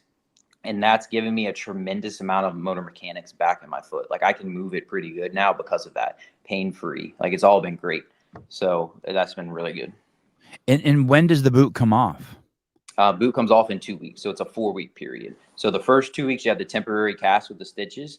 Then you'll either get permanent casted or booted. And thankfully, I got booted for 4 weeks. So that's a 6 week period because when they sew the tendons together, they don't want you to pull on them at all until they calcify and grow back, which it needs to be 6 weeks. So I have God, 2 weeks. that's fast. The human body's crazy. In 6 weeks, it'll be. It's insane. So at 6 weeks, my boot will come off and I'll basically just take PT as fast as I can do it, which I'll just start PT. Cause I mean, like, it's very weak. I haven't used it. Like, I'm not going to be able to walk very well. Like, no way I'm able to do anything, honestly, on it besides like stand. So I'll have to like regain motion, like all of my range of motion, strengthen it up and get it back ready to do everything. So it should be good. Do you have a protocol to do? I don't know how to exactly say this, but let me use this as an example. Do you have a protocol to do like more pistols so that you can actually get both legs up to speed? Like, are you going to do more one leg stuff as opposed to two leg stuff that you would have normally done just so that you can get both of them on the same page? Believe it or not, I kind of have a different viewpoint with this, but a lot of times from what I've heard, when people rehab an injured limb or whatever it occurs to be, they're like, yeah, my rehab, whatever, is better than my other one. And it's because think about it. You spend 4 or 5 months rehabbing your left knee, your left shoulder, and your right one just does the functional movements of like open the fridge, close the fridge, open the door. And before you know it, you've done too much to the left side. So my philosophy through this whole thing is I'm going to do whatever I do on my left side on my right side. Okay. Because I don't want it to be in 4 or 5 months. I spent so much time on my Achilles that like my left leg is so much better than my right leg because I didn't do anything with it. So I'm going to keep it like that, and I think they'll kind of begin to be back to even and normal. And will you have the discipline to take crazy baby steps? Yeah, 100%. Because I mean, think about it this way: it's like this blimp could be up to 6 months. It's like, what if I continue to do CrossFit for the next like 8-9 years? It's like this is such a small period in the next 8 or 9 years. So for me to try to rush it and be 1 month faster for the next 8 or 9 years to have issues, it's like that it'd be dumb. So is there do you have like a hierarchy? Are you like, okay, movement and range of motion over strength is paramount, or do you have like some sort of like?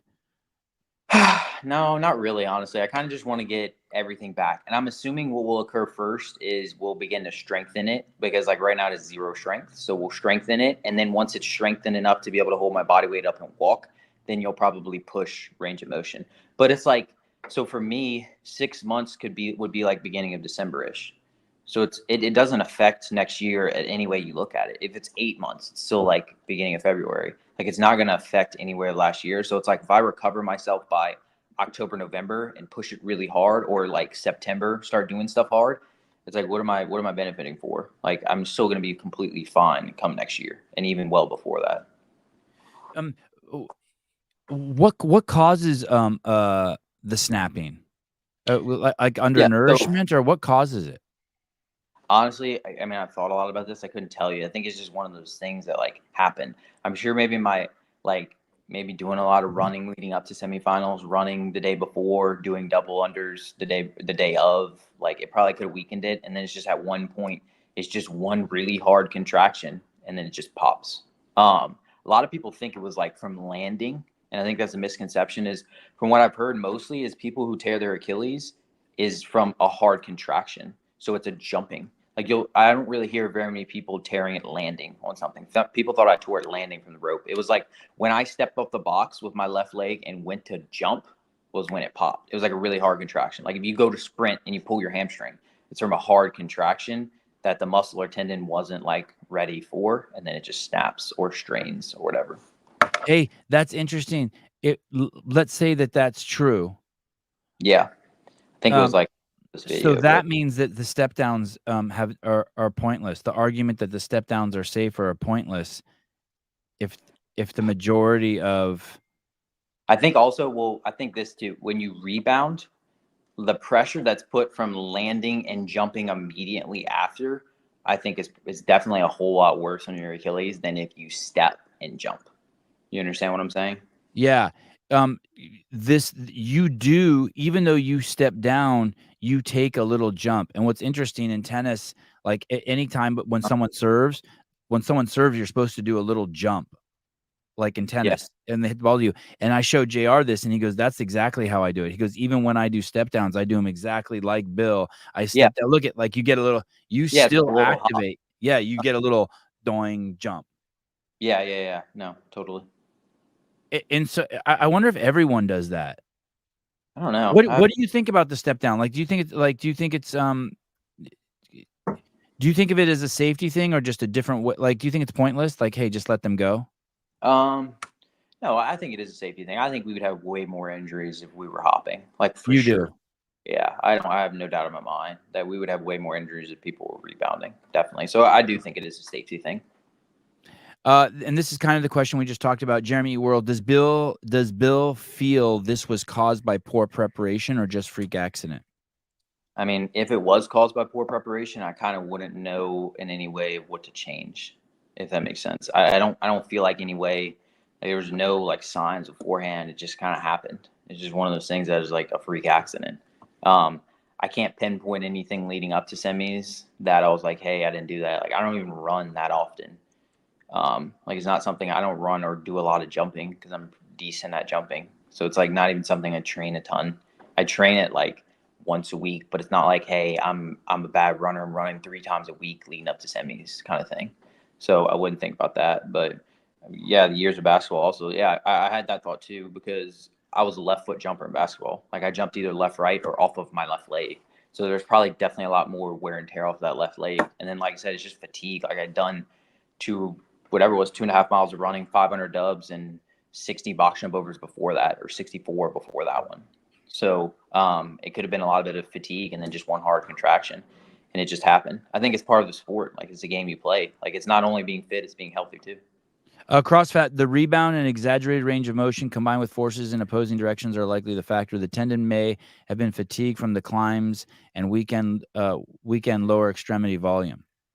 Yeah, like totally could have been it, and that's how it happened. And I mean, this is what it is, kind of thing. This was the cards you were dealt. You can pout about it and cry, or you can make a comeback. Is this true? Your Achilles starts to fray like a rope over time. Is that true? No idea. That sounds interesting, but I don't know. I mean, maybe that guy knows. Jedediah Snelson, more stretching prior to the workout might have helped. Has anyone told you that it could be? No, not really, but I mean, he's not wrong. I guess I don't know.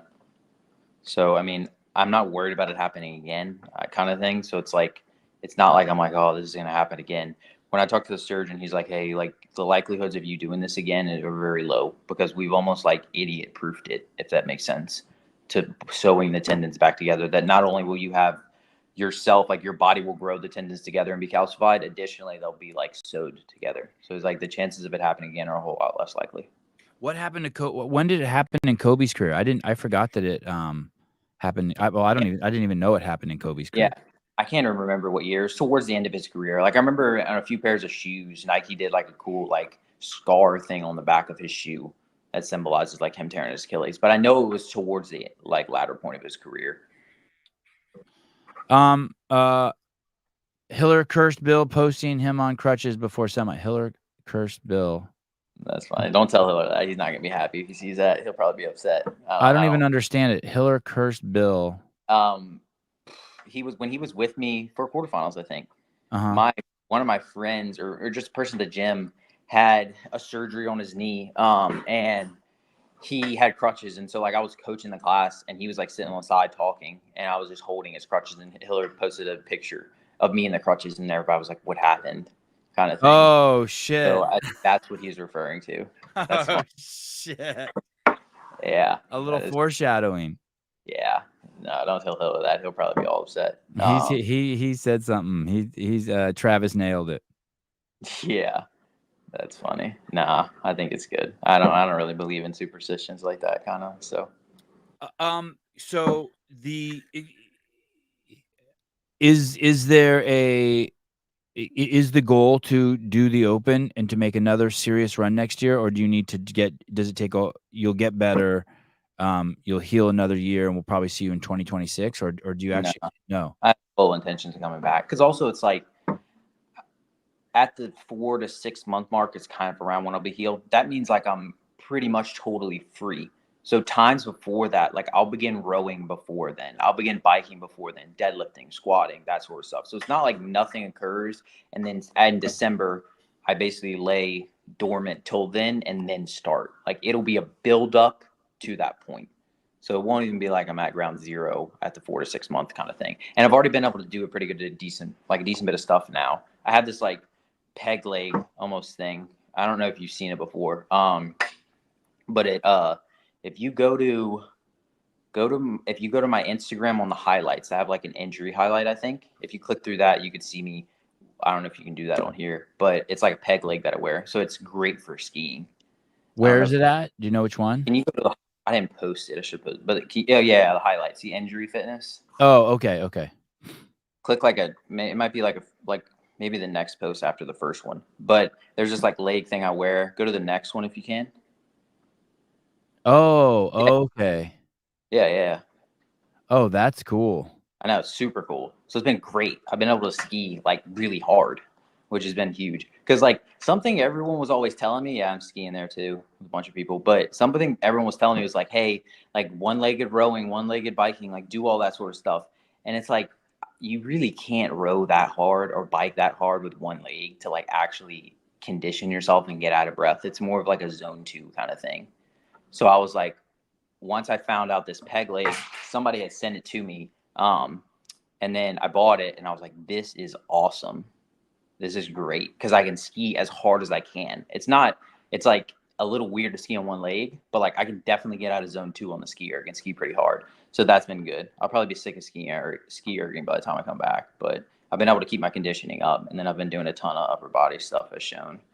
And hey, have you mentally, do you leverage this? Like, are you like, okay, listen, fucknut, you can't do this, so you would need to really hurt here today. Like, don't be a pussy. Like, do you have these talks with yourself? Like, are you playing with your head? More of like, I haven't been able to do anything for two to 3 weeks. So it's like, I just want it so bad. Like, it just like, I want to do it. Like, I want to hurt again. I want to sweat, like all that sort of stuff. So that's more of a driving factor right now. And this injury was a lot kind of thing. And I think honestly, like the bigger picture of it all is like knowing your worth and knowing like that CrossFit is just a worldly thing. Like, don't get me wrong, you put a bunch of time, energy, and effort, but you can attest to this. There's a lot more things in life that occur. And like, I believe in Jesus Christ as my Lord and Savior. And as long as I have my eyes on that, whether CrossFit ends tomorrow or I have 10 years from it, like my worth isn't in it. And as long as I can keep my head wrapped around that, things like this and this magnitude can happen, and I can stay level-headed through it and keep working. Do you think that the training expedites the healing? Like, do you think that your body, like when you train, your body like releases, I don't know what it is, special, I think it's been tendon repair juices that make it heal faster? I think for the 2 week period that I wasn't able to sweat, I did some pull-ups and dead hangs and dips. Like I think that like even just blood flow as opposed to laying Oh, dormant blood out, flow. Yep. like I think that helped tremendously. And I think that has helped tremendously. Like all the working out I've been doing, it's been obviously very safe and strapped down, but like still I'm breathing, I'm working my upper body, like I'm doing hanging knee to chest, like all the whole 9 yards of stuff that I can figure out. And I think that's been tremendous in helping my healing. There's like obviously other things that have helped, whether it's been the red light therapy, being young, healthy, having a good diet, sleeping a lot, like all of it, drinking collagen, drinking gelatin, like the whole 9 yards of stuff. I think that's been very beneficial, but I think also just not laying on the couch has helped me out a lot too. So basically pushing fresh blood, fresh oxygen to all the I don't know what they are, capillaries or the smallest arteries and veins. When you exercise and sweat, you think that that's bringing more Yeah. nutrients or whatever healing properties are needed for that area. Yeah. It's red blood cells that are going there, which is inflammation, and that's like the whole healing process. So I think that's been very beneficial. And I think a lot of people will just struggle because they just don't do anything. Or if I would have been hard casted for this 4 week period, I wouldn't have been moving it 3 times a day. So my range of motion would be awful when I get out of that cast, as opposed to right now, it's great for the 4 weeks. Hey, what about anything else? Have you added anything while you're doing this? Like, have you picked up anything else? Like, you're like, okay, I'm going to learn how to juggle since I'm going to be sitting, or I'm going to journal more, or is there anything else Yeah. you've been like, hey, I'm gonna learn how to spin a pen in my hand? Is there anything you've added? The only thing that really I've read a lot more than I have before. Mm, But I wanted to like do some boxing. Like I got a speed bag that I want to hang up, and I want to just mm. mess around with that because I can stand there. Like I don't have Okay. to walk or anything. I've always thought that's been pretty cool. Like I've always like wanted to box at some point, so that'd be something that I've thought about too, which has been neat. But bigger so.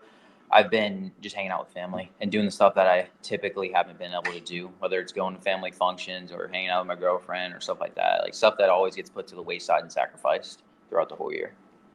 What did what did the doctors say about your healing? Do they say you're going I know that you said earlier they were really Yeah, impressed in the first week, but in general, do you keep getting that? Or are they like, holy shit, Bill, yeah, this is crazy? yeah. Every time I go for that red light therapy, they're always like, "You can't get over your inflammation." Oh wow, the incision looks great. That sort of stuff. So it's been really good. And I'll check up again with my surgeon in 2 weeks, so he'll be able to look at it and that sort of stuff, and then I'll be released and begin PT. Will they do another MRI to actually take a look at it? No, because it's one of those surgeries that, like, once it happens, you're good to go. You just have to let it heal. I think the only way I could screw this up is at this point, it's getting pretty healed that I don't know if I could even do this, but it would have had to been very early that, like, I had an accident and fell and caused a great bit of flexion or extension and it re-tore it, slightly tore it or popped it. Outside of that, no. It's been pretty good. Um, has anyone else in the CrossFit space had this injury that you've talked to? I I want to wouldn't say say Akinwale had it years ago. Elizabeth Akinwale. I might be that, making that up. but I don't think I've talked to very many competitive people that have had the exact Achilles injury. I've talked to a lot of competitive athletes who've just had injury and they've had encouraging words and that sort of stuff, which has been very good and helpful, honestly. But more so, it's just been the general population and community. Like just the amount of people who have reached out with positive words has been huge. Like it's helped me out a lot. And people who've had lower body injuries have given me great ideas. Like that crutch that I have, the Yeah. armless crutch is what's called. Like somebody sent me that. So it's just stuff like that I never would have thought of. It's been huge. There's been a lot of people that have helped me out. Boy, that's something I never thought of. That whole adaptive community could be Yeah, used just as a research yeah. tool I'm for not gonna lie. injured. Yeah. Yeah, yeah. I've definitely dove into that a little bit. Another guy, his name is Dan. I don't know how to say his last name, but it's like TAI or something. I think he's kind of towards England. He was on a team like a year or two ago. He actually tore his Achilles, and me and him have been in contact, and he's been incredibly helpful with everything. He's tore his like 3 or 4 years ago, so he's been super helpful. But then there's been everybody else under the sun who's either tore their Achilles or had a lower body injury, and have just either given me an encouraging word or given me like, "Hey, use this armless crutch or keep it elevated or take gelatin and collagen because it'll help the tendon to heal." Just like stuff like that. It's been great. Hey, you and Hiller started working together, and by work together, I mean just started communicating on the internet, or when he was making it originally started, right? That he watched one of your videos and he did a whole expose on it, being like, look at this fucking guy. He's so great and he does know how to fucking like follow the rules, right? Yeah, Is that how it started? yeah. This was, I guess, 2 quarterfinals ago, so maybe like a year and a few months now. It was during a rowing via GHD workout. And I guess if you're in the CrossFit space, you probably heard about it. But yeah, I made some dumb rookie mistakes, like just not reading standards, stupid things, not watching my videos back. And I got a major penalty. And he made his first video on me at that point. And it was frustrating because I felt like he was like saying like I was cheating kind of thing. And I was like, look, it looks awful. And I did everything wrong, but like my intention wasn't to cheat to get a better score. Right. It was just like I just being an idiot. Like I didn't read the rules, didn't read the standards, didn't watch my video back. So it was like all my fault. But like it didn't come from the place of trying to cheat, if that makes sense. Like right. Wrong, but like I wasn't like thinking beforehand, like let me get off the row early because it'll give me an advantage, even though I know you can't. It was just stupid stuff. So that happened. And then what year was that? 2023. I guess, yeah. So you know what's crazy about that? So at that point, you've only done CrossFit for 3 years. Yeah, true. So like the year before I made semifinals was like I went to semis like right at my 2nd year anniversary of CrossFit kind of thing. Like it was in May-ish or whatever when I went to semifinals, and that was like around my 2nd year of CrossFit. And then the following year I did pretty good in quarterfinals actually, or I say good before the penalty. I was like maybe 6th in the world or something, but then I got the penalty and fell obviously way back. So like I really didn't do that good, but he made that first video, and then I went to semis that year, and this was last year. Were you tripping? Were you like, what the fuck? I'm a nobody. I'm out here in the middle of nowhere minding my own business. How the fuck did this guy find my shit? Yeah, I did think that because I was like, I'm like, I've made semifinals once. I was like, yeah, like I'm a nobody. I still am a nobody, honestly, in my opinion. But I was like, I don't know how this dude found this video of mine. That's kind of crazy. And it was upsetting because I was like, dang, that sucked. Like that, it painted me in a bad light. Which was mostly deserving, honestly. Like it was, I was totally wrong through it. But I went to semis that year and got sick, and then I did the road complete ignorance on your part. Yeah, definitely. Like as he's saying this shit, you're like, oh fuck. You weren't like, hey, wait.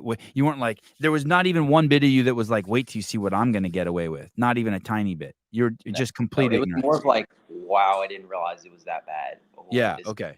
Like I can't believe I did that kind of thing.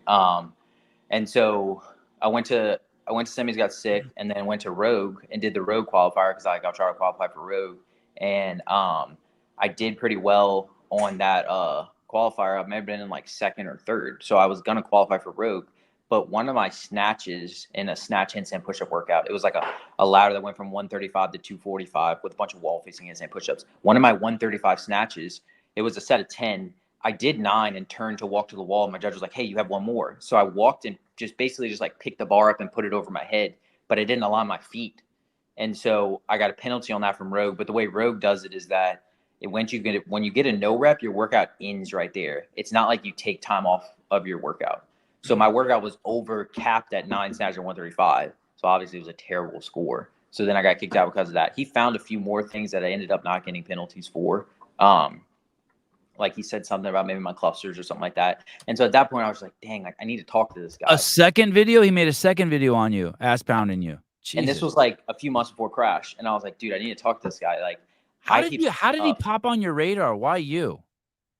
I don't know. You probably have to ask him that. I really don't know. Because honestly, in my opinion, you got to stop wearing yellow shirts. Yeah, there's a million other people who are more significant than I am. So I don't know. But I would have thought his time would have been better placed elsewhere. But so that happened.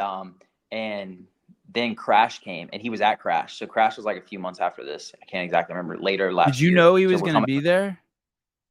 No, I didn't know he was going to be there. But then he reached out to me like a day or two into the competition. Maybe the second day into the competition, he reached out over Instagram. I was like, dude, I want to meet, like interview, all this sort of stuff. And he was super nice. He was like, look, if this is going to mess with your head or if you don't have time, like just let me know. Like, I don't want to force this and I don't want to screw you up from competing. And when he was telling me all that sort of stuff, I was like, yeah, I think there's a lot more to this picture than what's been painted.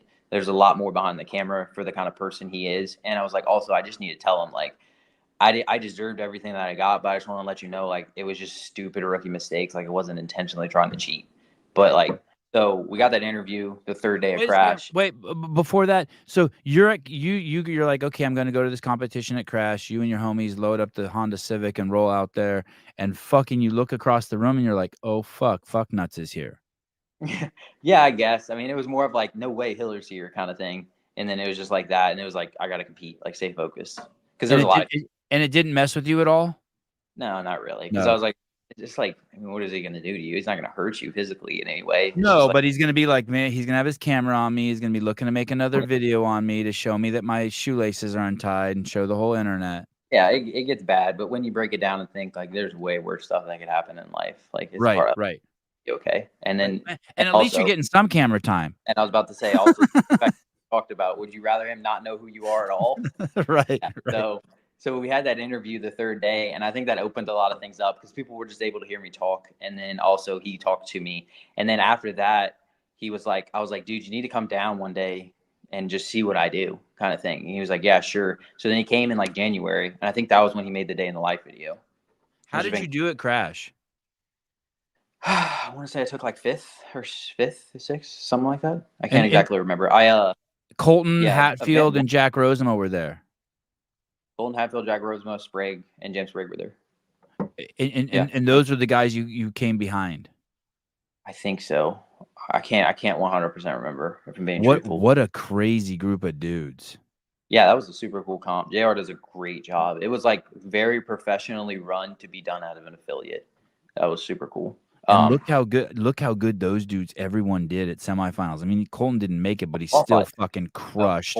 Yeah, true. But he still was a fucking stud there. And then Rosema and Hatfield, animals. And yeah, then of course James, Jesus criminy. Yeah, they all got after it, and that was really good. But that was a cool comp to be a part of. JR let me in that one, so that was very good, and I enjoyed that. And then it also got me hooked up with Hiller, which has been good. And then so you guys hung out there, and did you guys actually? Do you think you connected there, like Yeah. intellectually, emotionally? You're like, okay, I'm cool with this dude. Yeah, I knew that, like, I don't know. I'm pretty good about like dealing with people and kind of seeing who people are. And I knew that I was like, there's way more behind that camera than just what everyone sees. And so I just got to talk to him, and just him being respectful and being like, hey, I don't want to screw you up. Like He's crazy respectful. He's such yeah, a respectful human being. Yeah. he wasn't going after me to be like, I want to put another video out. He's like, look, I don't want to screw you up, like all this sort of stuff. And like when that stuff was getting said, I was like, yeah, he's a good dude. So we got to talk then, and then he came to my house and did the day in the life video, which has been good for him because he's done it on way more significant people than me, like Haley Adams. It's been great. So I'm glad he did that. And then he came down for quarterfinals too. And then I saw him again after that, actually. Yeah. So he comes down there and does that, and then do you guys think you actually become friends at that point? Like when he stayed for a week at your house, right? Like he slept in like someone's bed or your bed or something, right? The day in the life, he stayed for like 3 or 4 days, and then quarterfinals was a week. But yeah, after the day in the life, yeah, we're friends. I'd call him a friend of mine because we've been together a few times after that, honestly. Yeah, So, that's wild. And then he came for a week. Did you enjoy that? Was he because he stayed at my house for a week, and like you never even hardly see the dude. yeah, Like no. he's the most low maintenance guest I've ever had. I mean, I was like, fuck, you can come over anytime.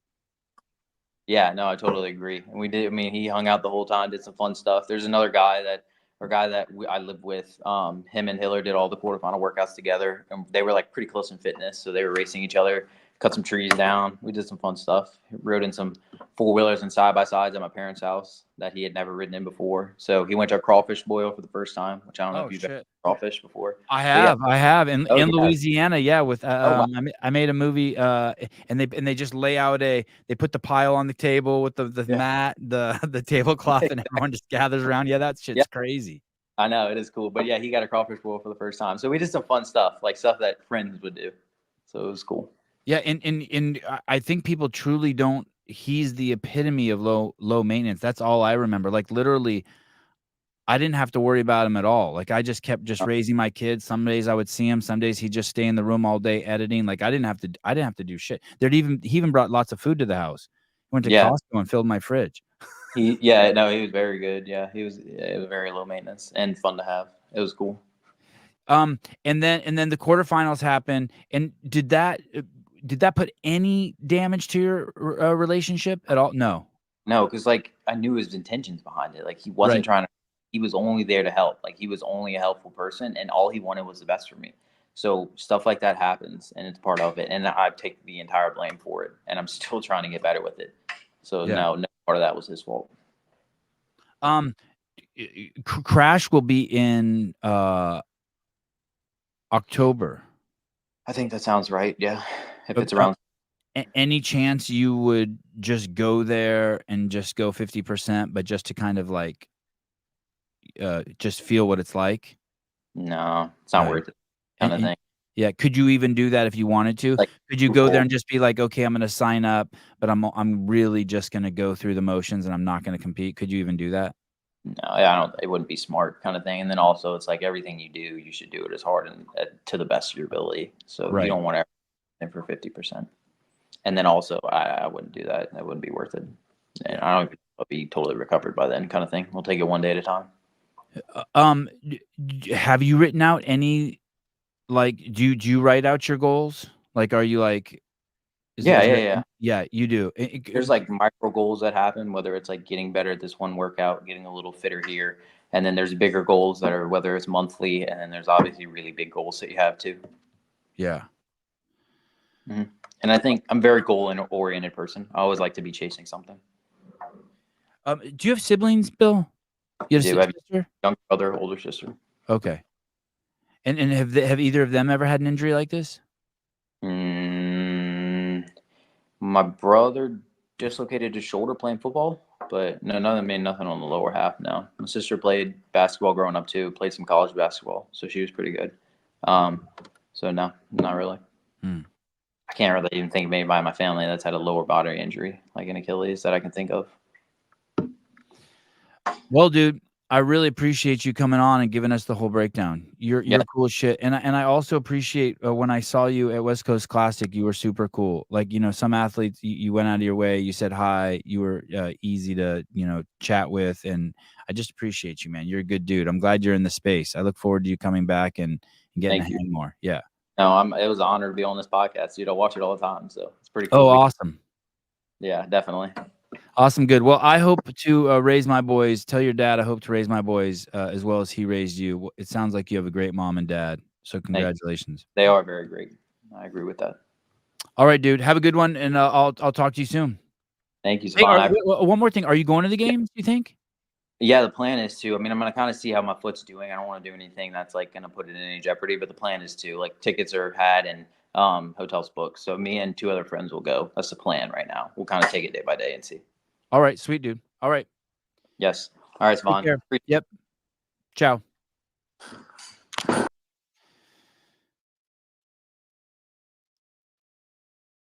Bill Leahy. William. Damn, I didn't get to call him. I wanted to call him William at least once. Darn it. Wow. Uh. Uh. I suspected he was gonna be good just because my, little interaction I had with him at the West Coast. He was cool. He like, if he would see me walking towards me, he'd make eye contact or he'd say hi, or he made it easy. There's nothing weird around him, but I didn't know he was gonna be this good. What a great guest. Someone should, he might be good to get, interviews with at the games to get assessment, to get his perspective. He's 23. I know, nuts, right? Olivia, very impressed by him. Yeah. Impressive kid, right? Another homeschooled weirdo.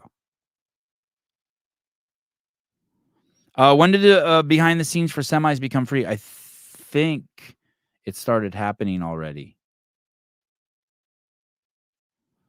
David Weed, really want to hate him, but he's super cool and sharp. Yeah. Yep. Yeah. It's fun to hate people, but Bill's the wrong guy. You're right. Well said, David.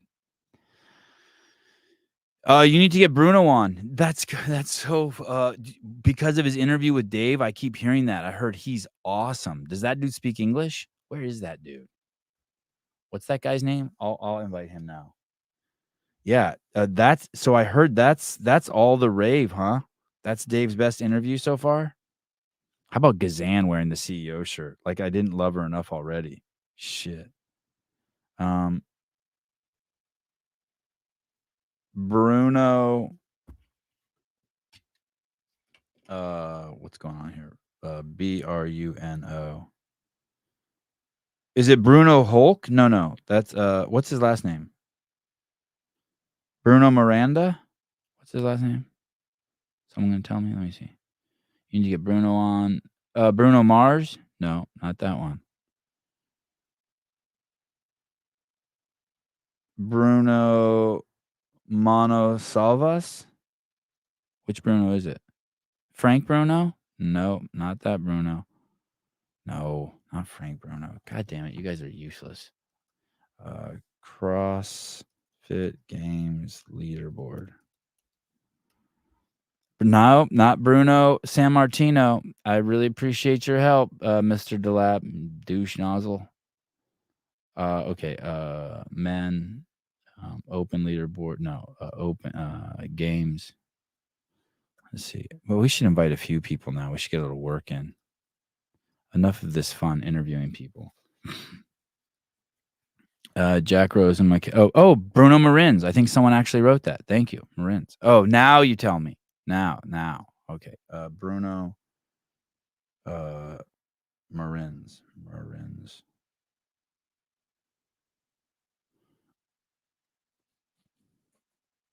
Got it. Okay. Bruno, I'd love to have you on my podcast.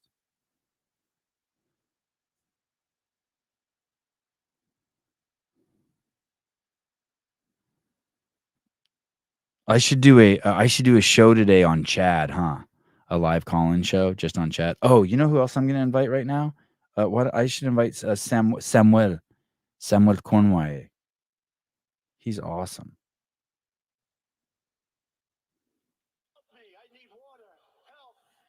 Oh shit. Oh wait, I got to invite Sam. I got distracted. Samuel. I don't have Samuel in my phone. I don't have Sam Cornway's phone number.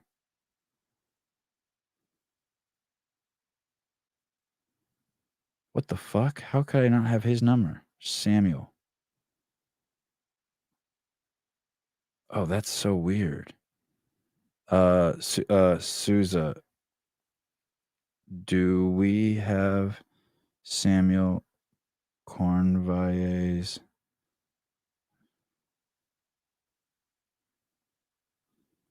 number? Can we invite him? I better invite some girls too. Have I not been inviting girls? Oh, Dallin Pepper. Oh, Saxon, Luke. Oh my God, there's so many. Oh, Ricky. I should invite Ricky too. You know what I should have been doing? Every time Dave invited someone, I should have invited them too. So that way I would make sure I get through them all. Ricky, can we get you on the podcast? Oh shit! And Paige Semenza, I'm gonna do her now too. Paige Semenza. Oh no, that's Paige Powers, son of a bitch. How weird that Paige. Paige, can we get you back on the podcast? Okay. I appreciate you guys doing this with me. Gazan is more comfortable talking to you, Sevi. She didn't seem her normal laid-back self with Dave. Well, I think it's funny you say that because I think most people have been more comfortable with Dave. I don't know if more comfortable, but more animated. Maybe it's also because they're short. But I think Dave's killing it. Everyone drop everything. Hiller has a new video. Before I see that new video, I just saw I saw Colton Mertens. I saw Colton Mertens had a new post that was making fun of Taylor. God, I love that. Oh shit, this is gonna be good. I love Trump memes. This is gonna be awesome. What is this? I need water. Help me. I need water. Help. I need water. Help me. I need water. Help. Oh shit. My weekly Taylor self post, my nemesis, this land dweller is evolving and ready to settle a score 1-1 as it stands. My win coming at the Granite 2021, Taylor's from Wadapalooza 2022. This time it's for the crown, the title. Who's the Sevan podcast fittest? It will be decided in September at the NorCal Classic. That's right. I'm coming with a few surprises. Damn. Can you repost from no, not from computer. Damn. That's good. God, we're like, holy shit, Colton's about to break 100,000 followers. Crazy. Crazy. Andrew Hiller, what's Chad 1000 first announced workout. Oh shit. Here we go. Let's see what I want to do a Chad. I want to do a Chad live call-in show. They call me incompetent. That's exactly what they said about me when I scored this interview.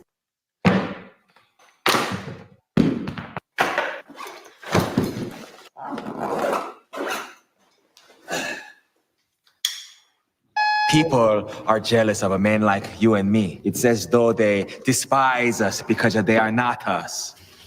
Listen, that is so dangerous what he's doing, by the way. Nobody do that. That is so dangerous what Andrew's doing. I'm going to call him and tell him not to do that again. Especially, yeah. Does anyone know why that's dangerous? Nope, not the shoes. Does anyone know why that's dangerous? Because, dude, every step after 500 when you're fatigued, that box could come over. Shit gets wonky. Yeah, the box. Thank you. That box is a joke. He might as well be doing these on a fucking slack line. People are jealous of a man like you and me. It's as though they... Decision, apart from being super boring event for the athletes in the spectrum. Excellent workout for an affiliate, but not a great event for the games. This will be like the marathon row. It's going to be like the marathon row. Oh, it makes sense considering the games are sponsored by GoRuck this year. Keeping it real as a spectator, right? Everybody can go and do, just like I did. I set that up in literally 4 seconds. That box is sitting there still. See the clock? It says 12 minutes and 30 seconds. Maybe you can't see that, but that's what it says. Because when I Jesus, look, did you see that step up he did? It is like a balancing act. Just like I did, I set that up in literally 4 seconds. That box is sitting there still. See the clock? There's it says no 12 way minutes and 30 he did seconds. it. Maybe you There's can't no see way that, but he that's did what it every rep like that. says. Because when I made the Oh, he knows the box is a joke. He's doing it to be fun. Okay. It'll be interesting to see what side of the Chad workout Andrew falls on. That should be interesting. I have said from the beginning that I thought Chad was the absolutely dumbest workout in the history of CrossFit. I think it's absolutely stupid, especially for a 52-year-old man. No one should ever do 1,000 of anything. But, boy, what a genius! Dave's completely taken over the.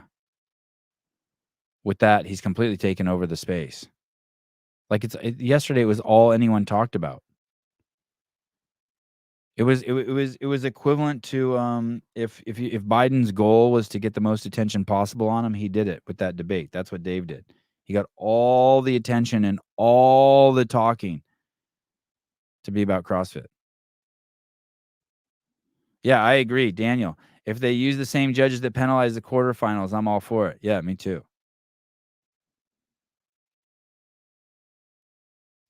It's crazy.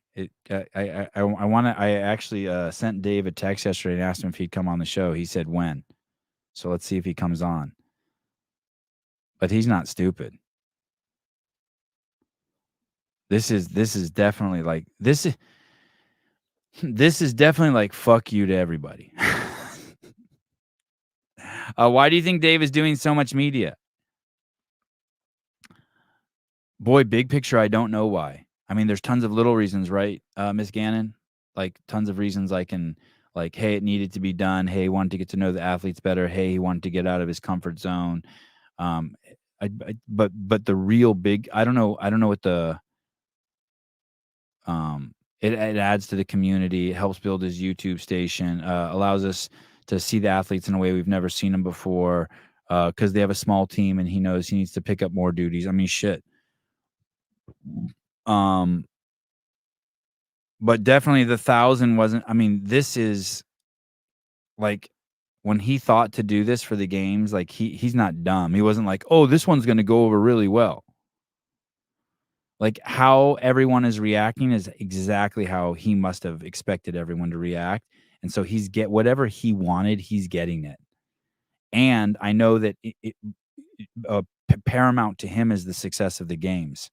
And so somehow he thinks that this is going to be the most successful way to help the games. And fuck, man, he's got everyone talking about it. Who is doing what Dave would normally do with that time? Who is doing what Dave would normally do with that time? What I heard, so normally Dave pees 4 times a day, and Katie, I heard now he's just peeing twice a day. And with those 2 less peens, he's able to get in 1 interview. So that's how he gets 1 a day. And then he's reducing a few other things, you know, instead of shooting 12 squirrels a day, he's only killing 6. He's just made some cuts to the mundane, to urinating and squirrel killing. If I understood your question right. So it's he's just reallocated some of his time.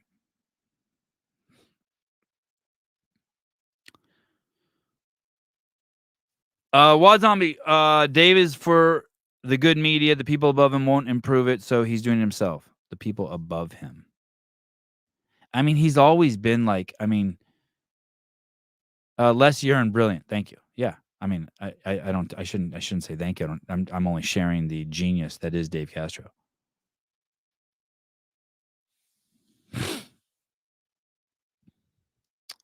Someone told me he's done 27 already.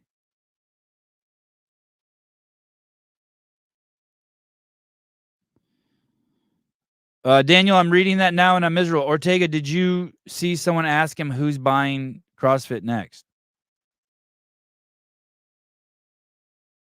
Oh, maybe Dave will narrate the book of Job as they're doing the step-ups. You know what's funny? I have these toe spacers that just sit on my desk, Mary, and I do this thing. I stack them on top of each other, and I do this thing where I push on them during the show. It's weird. And then I have my rock mat. I don't even know how you're supposed to use the rock mat. But you know what I do? I try to push in the nodules with my big toe, like to break it. I'm unsuccessful, but that's what I try to do. Fidget toy, yeah. Like I take the spots where like where it's not malleable, and I try to push it in.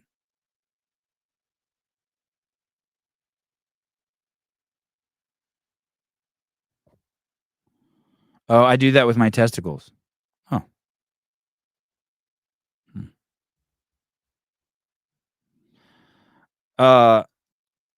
His content output right now reminds me of Sevon Podcast circa Wadapalooza 2021 when Sousa snuck into the Bayfront to live stream during the tsunami.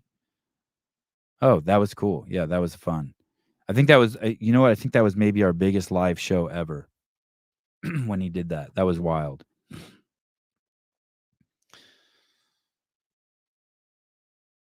You're supposed to put that on your chair and align the nodules with your Cheerio, Sevon, not on the floor. Oh.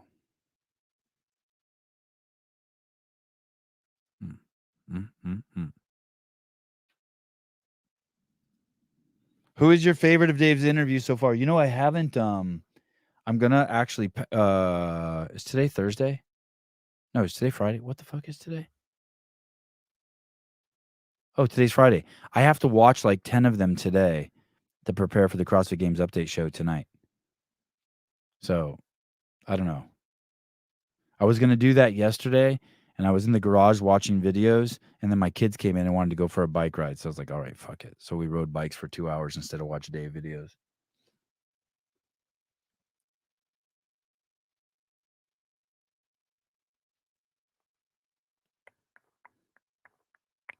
All right. Tomorrow morning, 8 a.m. Pacific Standard Time, Kill Taylor.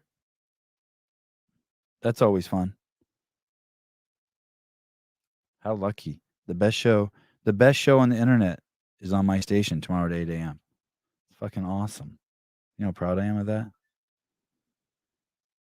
Oh shit. Let's just see what Taylor's doing really quick. Do you know what I have to do, guys? I have to call Laura. I have to call Laura. I have to fucking call Laura. I have to call Laura Horvat. Hey, I'm about to teach class. Okay, did you see Colton's meme?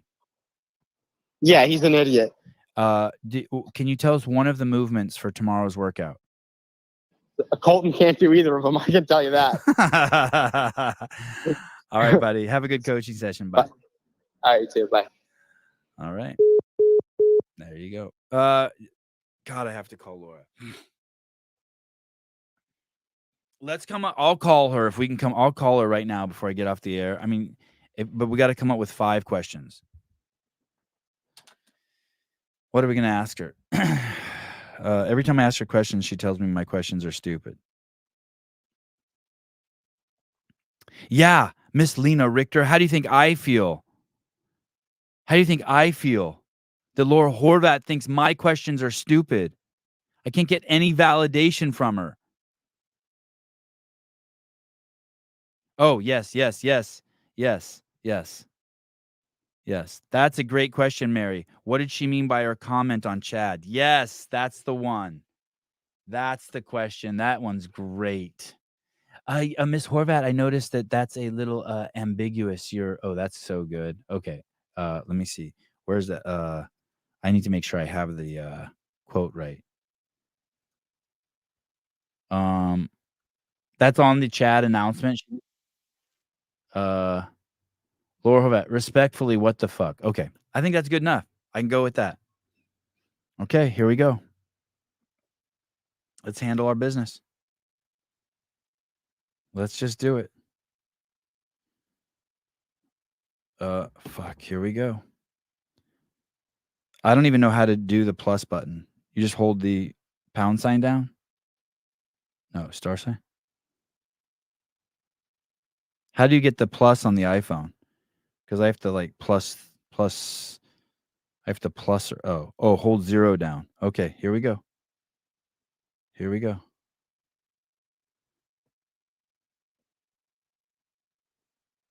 Oh man. Here we go.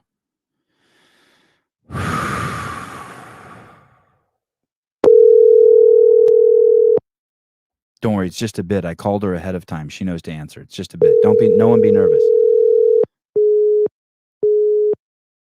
Oh, fuck. I've never seen that before. It says user busy. God damn it. I think that means that she hung up. She saw it was me and hung up. Have you ever seen that before where it says user busy? Start sweating. She dumped you. David, that's the gayest thing I've ever done on the show. Fan myself with my hand. Come on, where are you, buddy? Call again. Oh, God.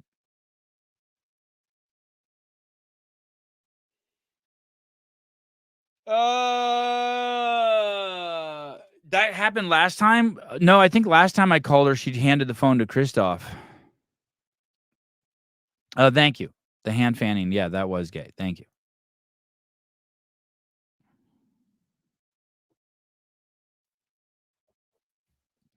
Jake Chapman, that's not the gayest thing you've ever done on the show. Fine. Put it in the top 10 of how we know Sevon loves cock.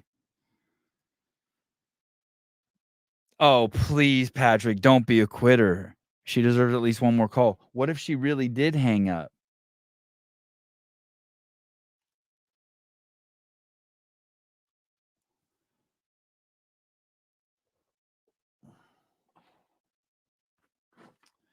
I know occasionally I'll see a post talking about what a narcissistic, arrogant douchebag I am, and I always think that's completely ridiculous. I'm the least narcissistic, arrogant douchebag I know until it's times like this, because the story in my head is that, and maybe this, so this is always makes me think maybe people are right and I just don't understand myself, because it's times like this I'm always like, I know she wants to talk to me. I know she does. Like I have no doubt. Same with like Tia and Danielle and like these people that act like they don't. In my mind, it's like, no, they're just telling themselves that, like, to work around some sort of fear or discomfort. But I know they want to talk to me. I'm so wonderful. And then I think, oh, maybe I am a narcissistic, arrogant D-bag. I was telling my dad and I were arguing the other day, and I was like, he told me that he feels like he did a bad job parenting because I'm not a libtard, and I'm thinking I told him, I said, dude, I'm the nicest, most generous person you know. You should be so proud of yourself.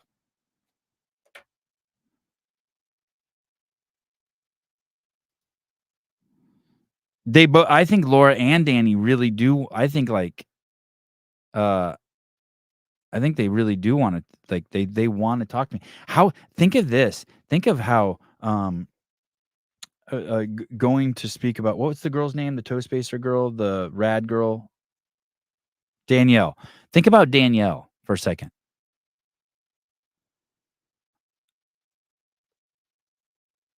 Like, she wants to be free and just do whatever the fuck she wants, and like, fuck yeah, and like, I didn't take the vax and just all that shit, and flip off the crowd, and like, we're cut from the same cloth.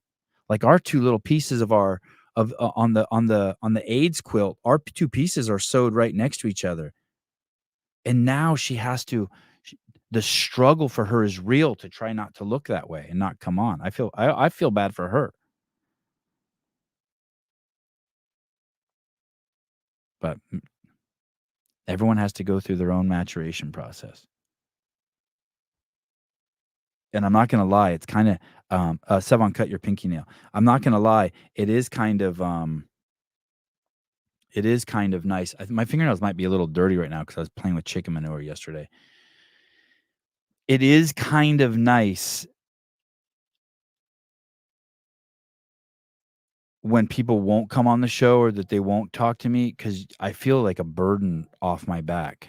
I don't know if that makes sense. It's kind of like, I was kind of like a little tiny piece of me, like 51% of me was hoping that, like, is excited to get banned from the CrossFit Games so that I don't have to go to Texas. But just a small piece, just like 51%. And then 48% just really doesn't want to go, and then 1% wants to go. Yeah, but you talk shit about her rad family, you don't talk about the family. La familia. Hey, listen, but here's the thing, Jonathan. Here's the crazy part. I'm more of her family than rad. That's the part. And she knows that deep down inside. She's like rad's not on the AIDS quilt. You know what I mean? They're not sewed on there. They're just in her ecosystem. Here today, gone tomorrow. I'm on the quilt with her. I'm on the quilt with all these people. I'm on the quilt with Danny and Laura. I'm the true family. Oh, Laura, are you going to beat Tia this year? Yeah, that'll go over well. Jesus. Laura, should I shave my head? Laura, are you a double espresso or a cold brew?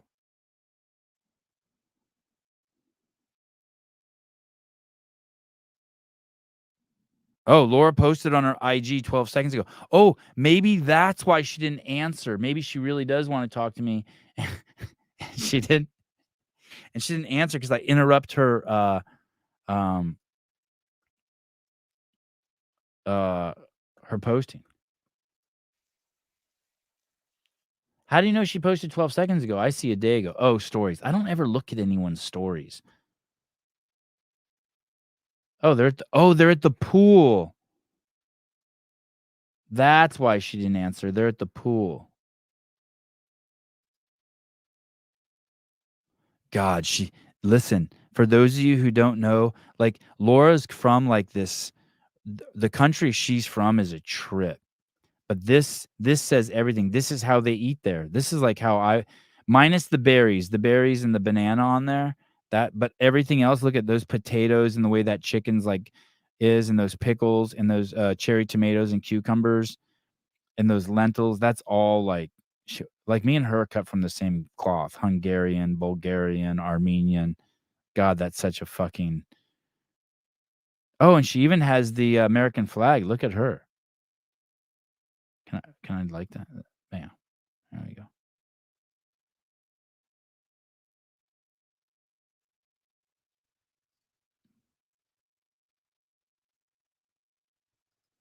Does she have a boyfriend? Yeah, poverty food. Yeah, I guess that's one way to say it.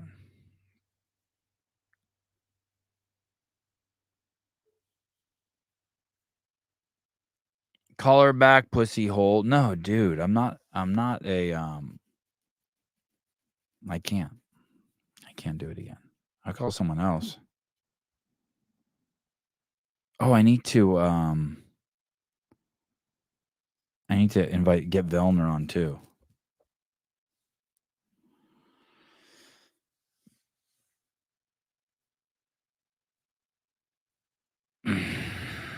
The country. Oh wait.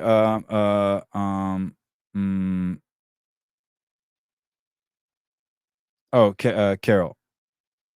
Carol H. What the fuck are you wearing on your back? The country she's from is such a trip. What country is it again?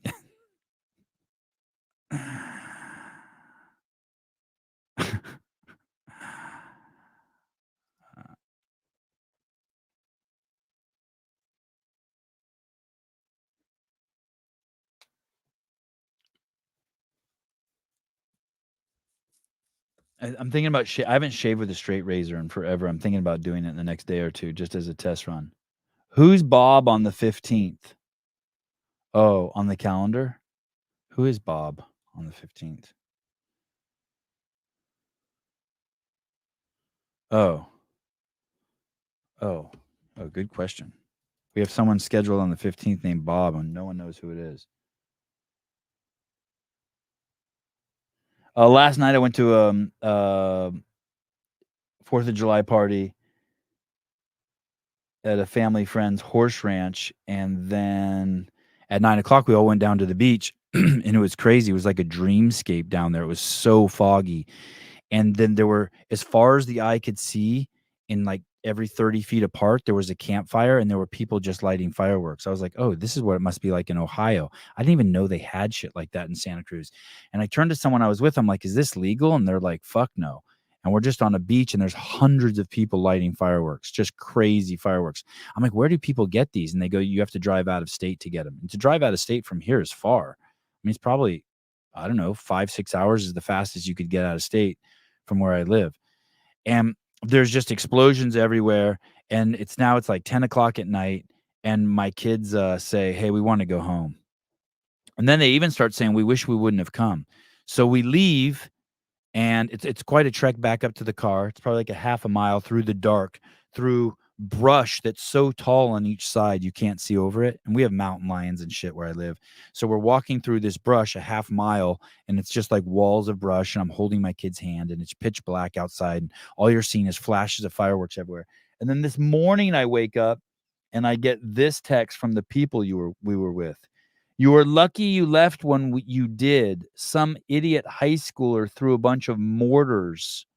And there were these things like, there were these pipes all over that people were lighting that would fucking make these huge explosions. And I guess that's what they mean by mortars. There were these high schoolers who threw a bunch of mortars in the fire, and a bunch of people got hit with fireworks, including our group. I think it would have been traumatizing for your kids.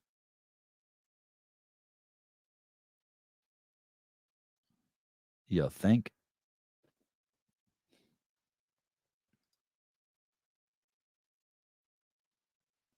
These people that we hang with, they're Asian, but they're like Asian, but they live on a horse ranch. They're like Asian. What someone called them Asian rednecks. They're the fucking coolest people. I wonder what they are. I don't even know what ethnicity they are. Maybe they're I don't even know. Now that I think about it, I hang out with a lot of Asians. I didn't even know that until just now. And I would, you guys are gonna fucking love this. Yeah, Asian equestrians, kind of no, but they're like cowboy boots and cowboy hats and guns, like lots of guns around and shit. They're not so much like they're not prim and proper, like, and there's dogs running around everywhere, and so I'm sitting at the table yesterday. Everyone's playing in the backyard at the pool, running around. I don't know where my kids are. There's dudes riding motorcycles on the motorcycle track, and just shit that I'm not a city slicker like me. He's not comfortable. So I'm just sitting inside in the kitchen.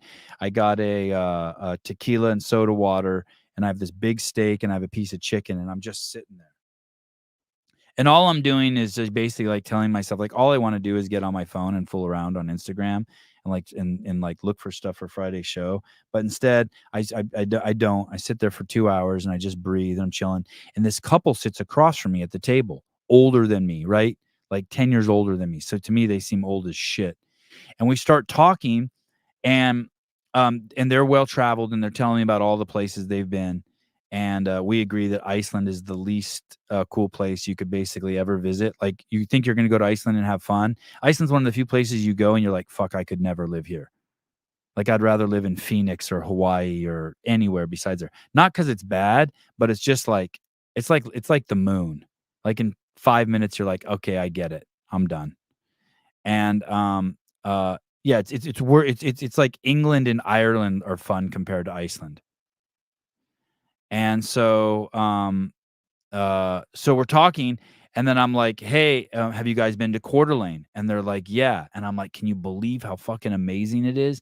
I go, people from California trip when they go there because nothing's locked up and it's free, and everyone's nice and polite and it's clean. And they're like, yeah, it's so awesome. And we go off for like 10 minutes about how nice it is, especially compared to California and the Bay Area, where like you go into a CVS and if you want to buy deodorant, you need fucking like to talk to 3 staff members so they can get it out from behind lock and key, right? I mean, it is bizarre. It's probably easier to get shit in prison in commissary than it is to fucking buy a tube of lube at CVS in California. Anyway, we go through all that, and I'm like, "Fuck, it's awesome." And then the lady goes, "But it's a little too conservative for me." And and it's like, I know she's a libtard, right? Because everyone around me is. And I go, "What do you mean by that?" She goes, "It's just a little too conservative." I go, "But it's safe and affordable and clean with nice people, good food, like all those things we discussed, but it's too conservative." I'm like, I don't understand. And she couldn't explain it, of course, because they can't fucking explain anything. I'm on the greatest place on earth. I can't believe how safe my kids are here. I can't believe how affordable everything is. I can't believe how nice everyone is, but they voted for Trump, so I don't like him. You fucking moron. And that's what it's like living here. Like, they can't explain anything. They're never like, well, they run stop signs there and kill a lot of cats. Like, that would be something. I'd be like, okay.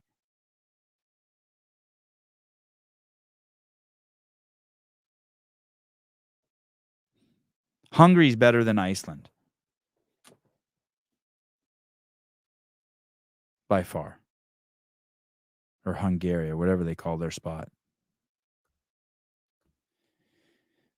In my place is like a million times better than both of them.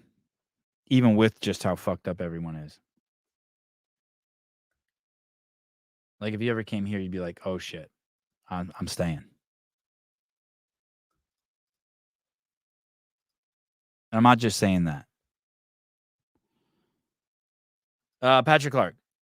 So about this phone call to Laura, I think you stalled long enough.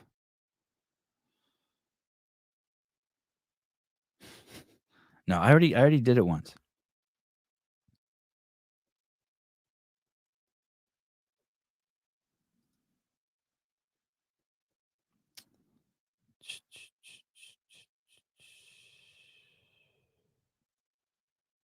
Sevon, to appease the teams, diehards, try and get Cara Saunders on. She's cool. You know what? She's is she competing this year? Oh yeah, I would love to get Cara on. Cara or Kara? I'd love to get her on. I'll text her now too. Let's see. Cara. Kara. She's great. We had a little tiff on Instagram. I forget what it was about. But I love her. Yo.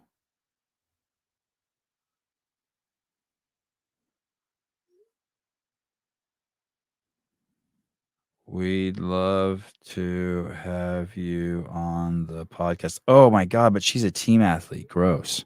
Just kidding. Kidding, not kidding.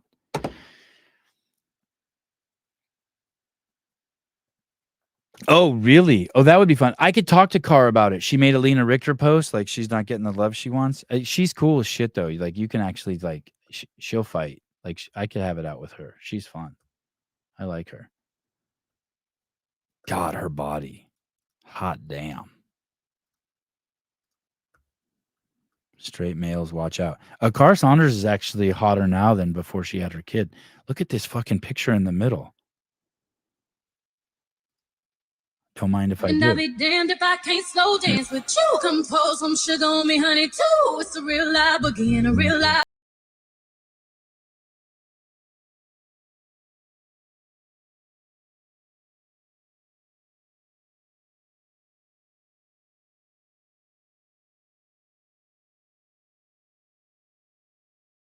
Shit, that song fucked me. God damn it. Where's the post you're talking about? It's absolute schmoozle in here, but once again, I have not once have I ever regretted turning our garage into a gym so I can train at home with my babies. What are you talking about? Is she feeling sorry for herself? She's not getting enough attention as a team athlete? What are you talking about? Look at her caboose here. Look at her butt in this one.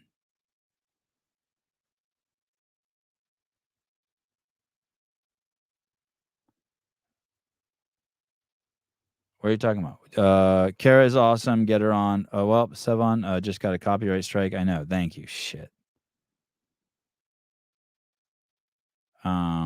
Wait, Car Saunders works out in a garage.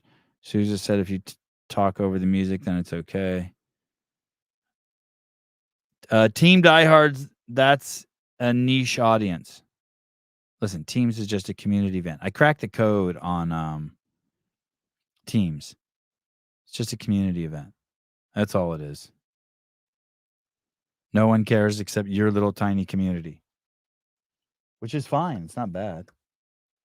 Oh, Matt already invited Samuel Cornway on. Awesome. Okay. Thank you.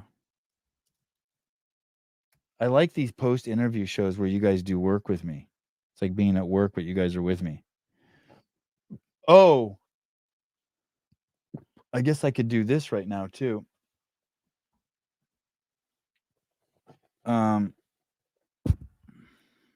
God, this taking the glasses off thing is getting ridiculous. Taylor, the hat is style number 256, made in Bangladesh. And the name of the company that makes it is Richardson Outdoor. Taylor wanted to know. I think he wants to make these hats. This is the one I got from the Sherpa dude.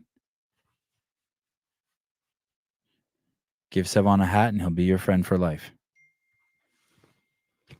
Oh, speaking of which, I don't know if you guys saw. I got a new jacket from Vindicate that says CEO across the chest. If you're a diehard fan, you should DM Travis and try to get one of those.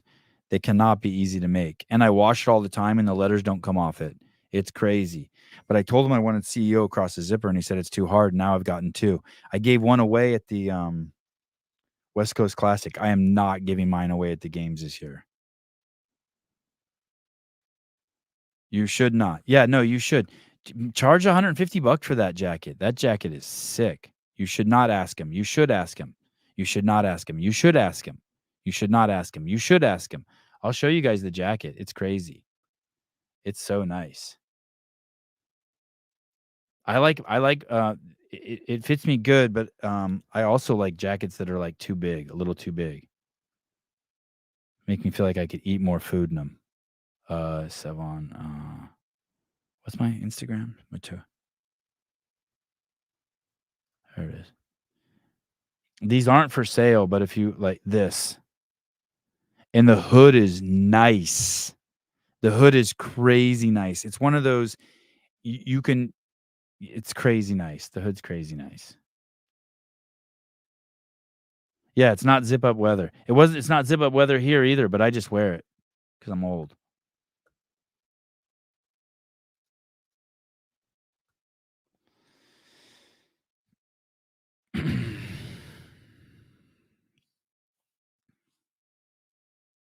I can only imagine your search history. You guys didn't see my search history, did you? Hate it when that happens. All right. Friday. So we have a CrossFit Games update show today.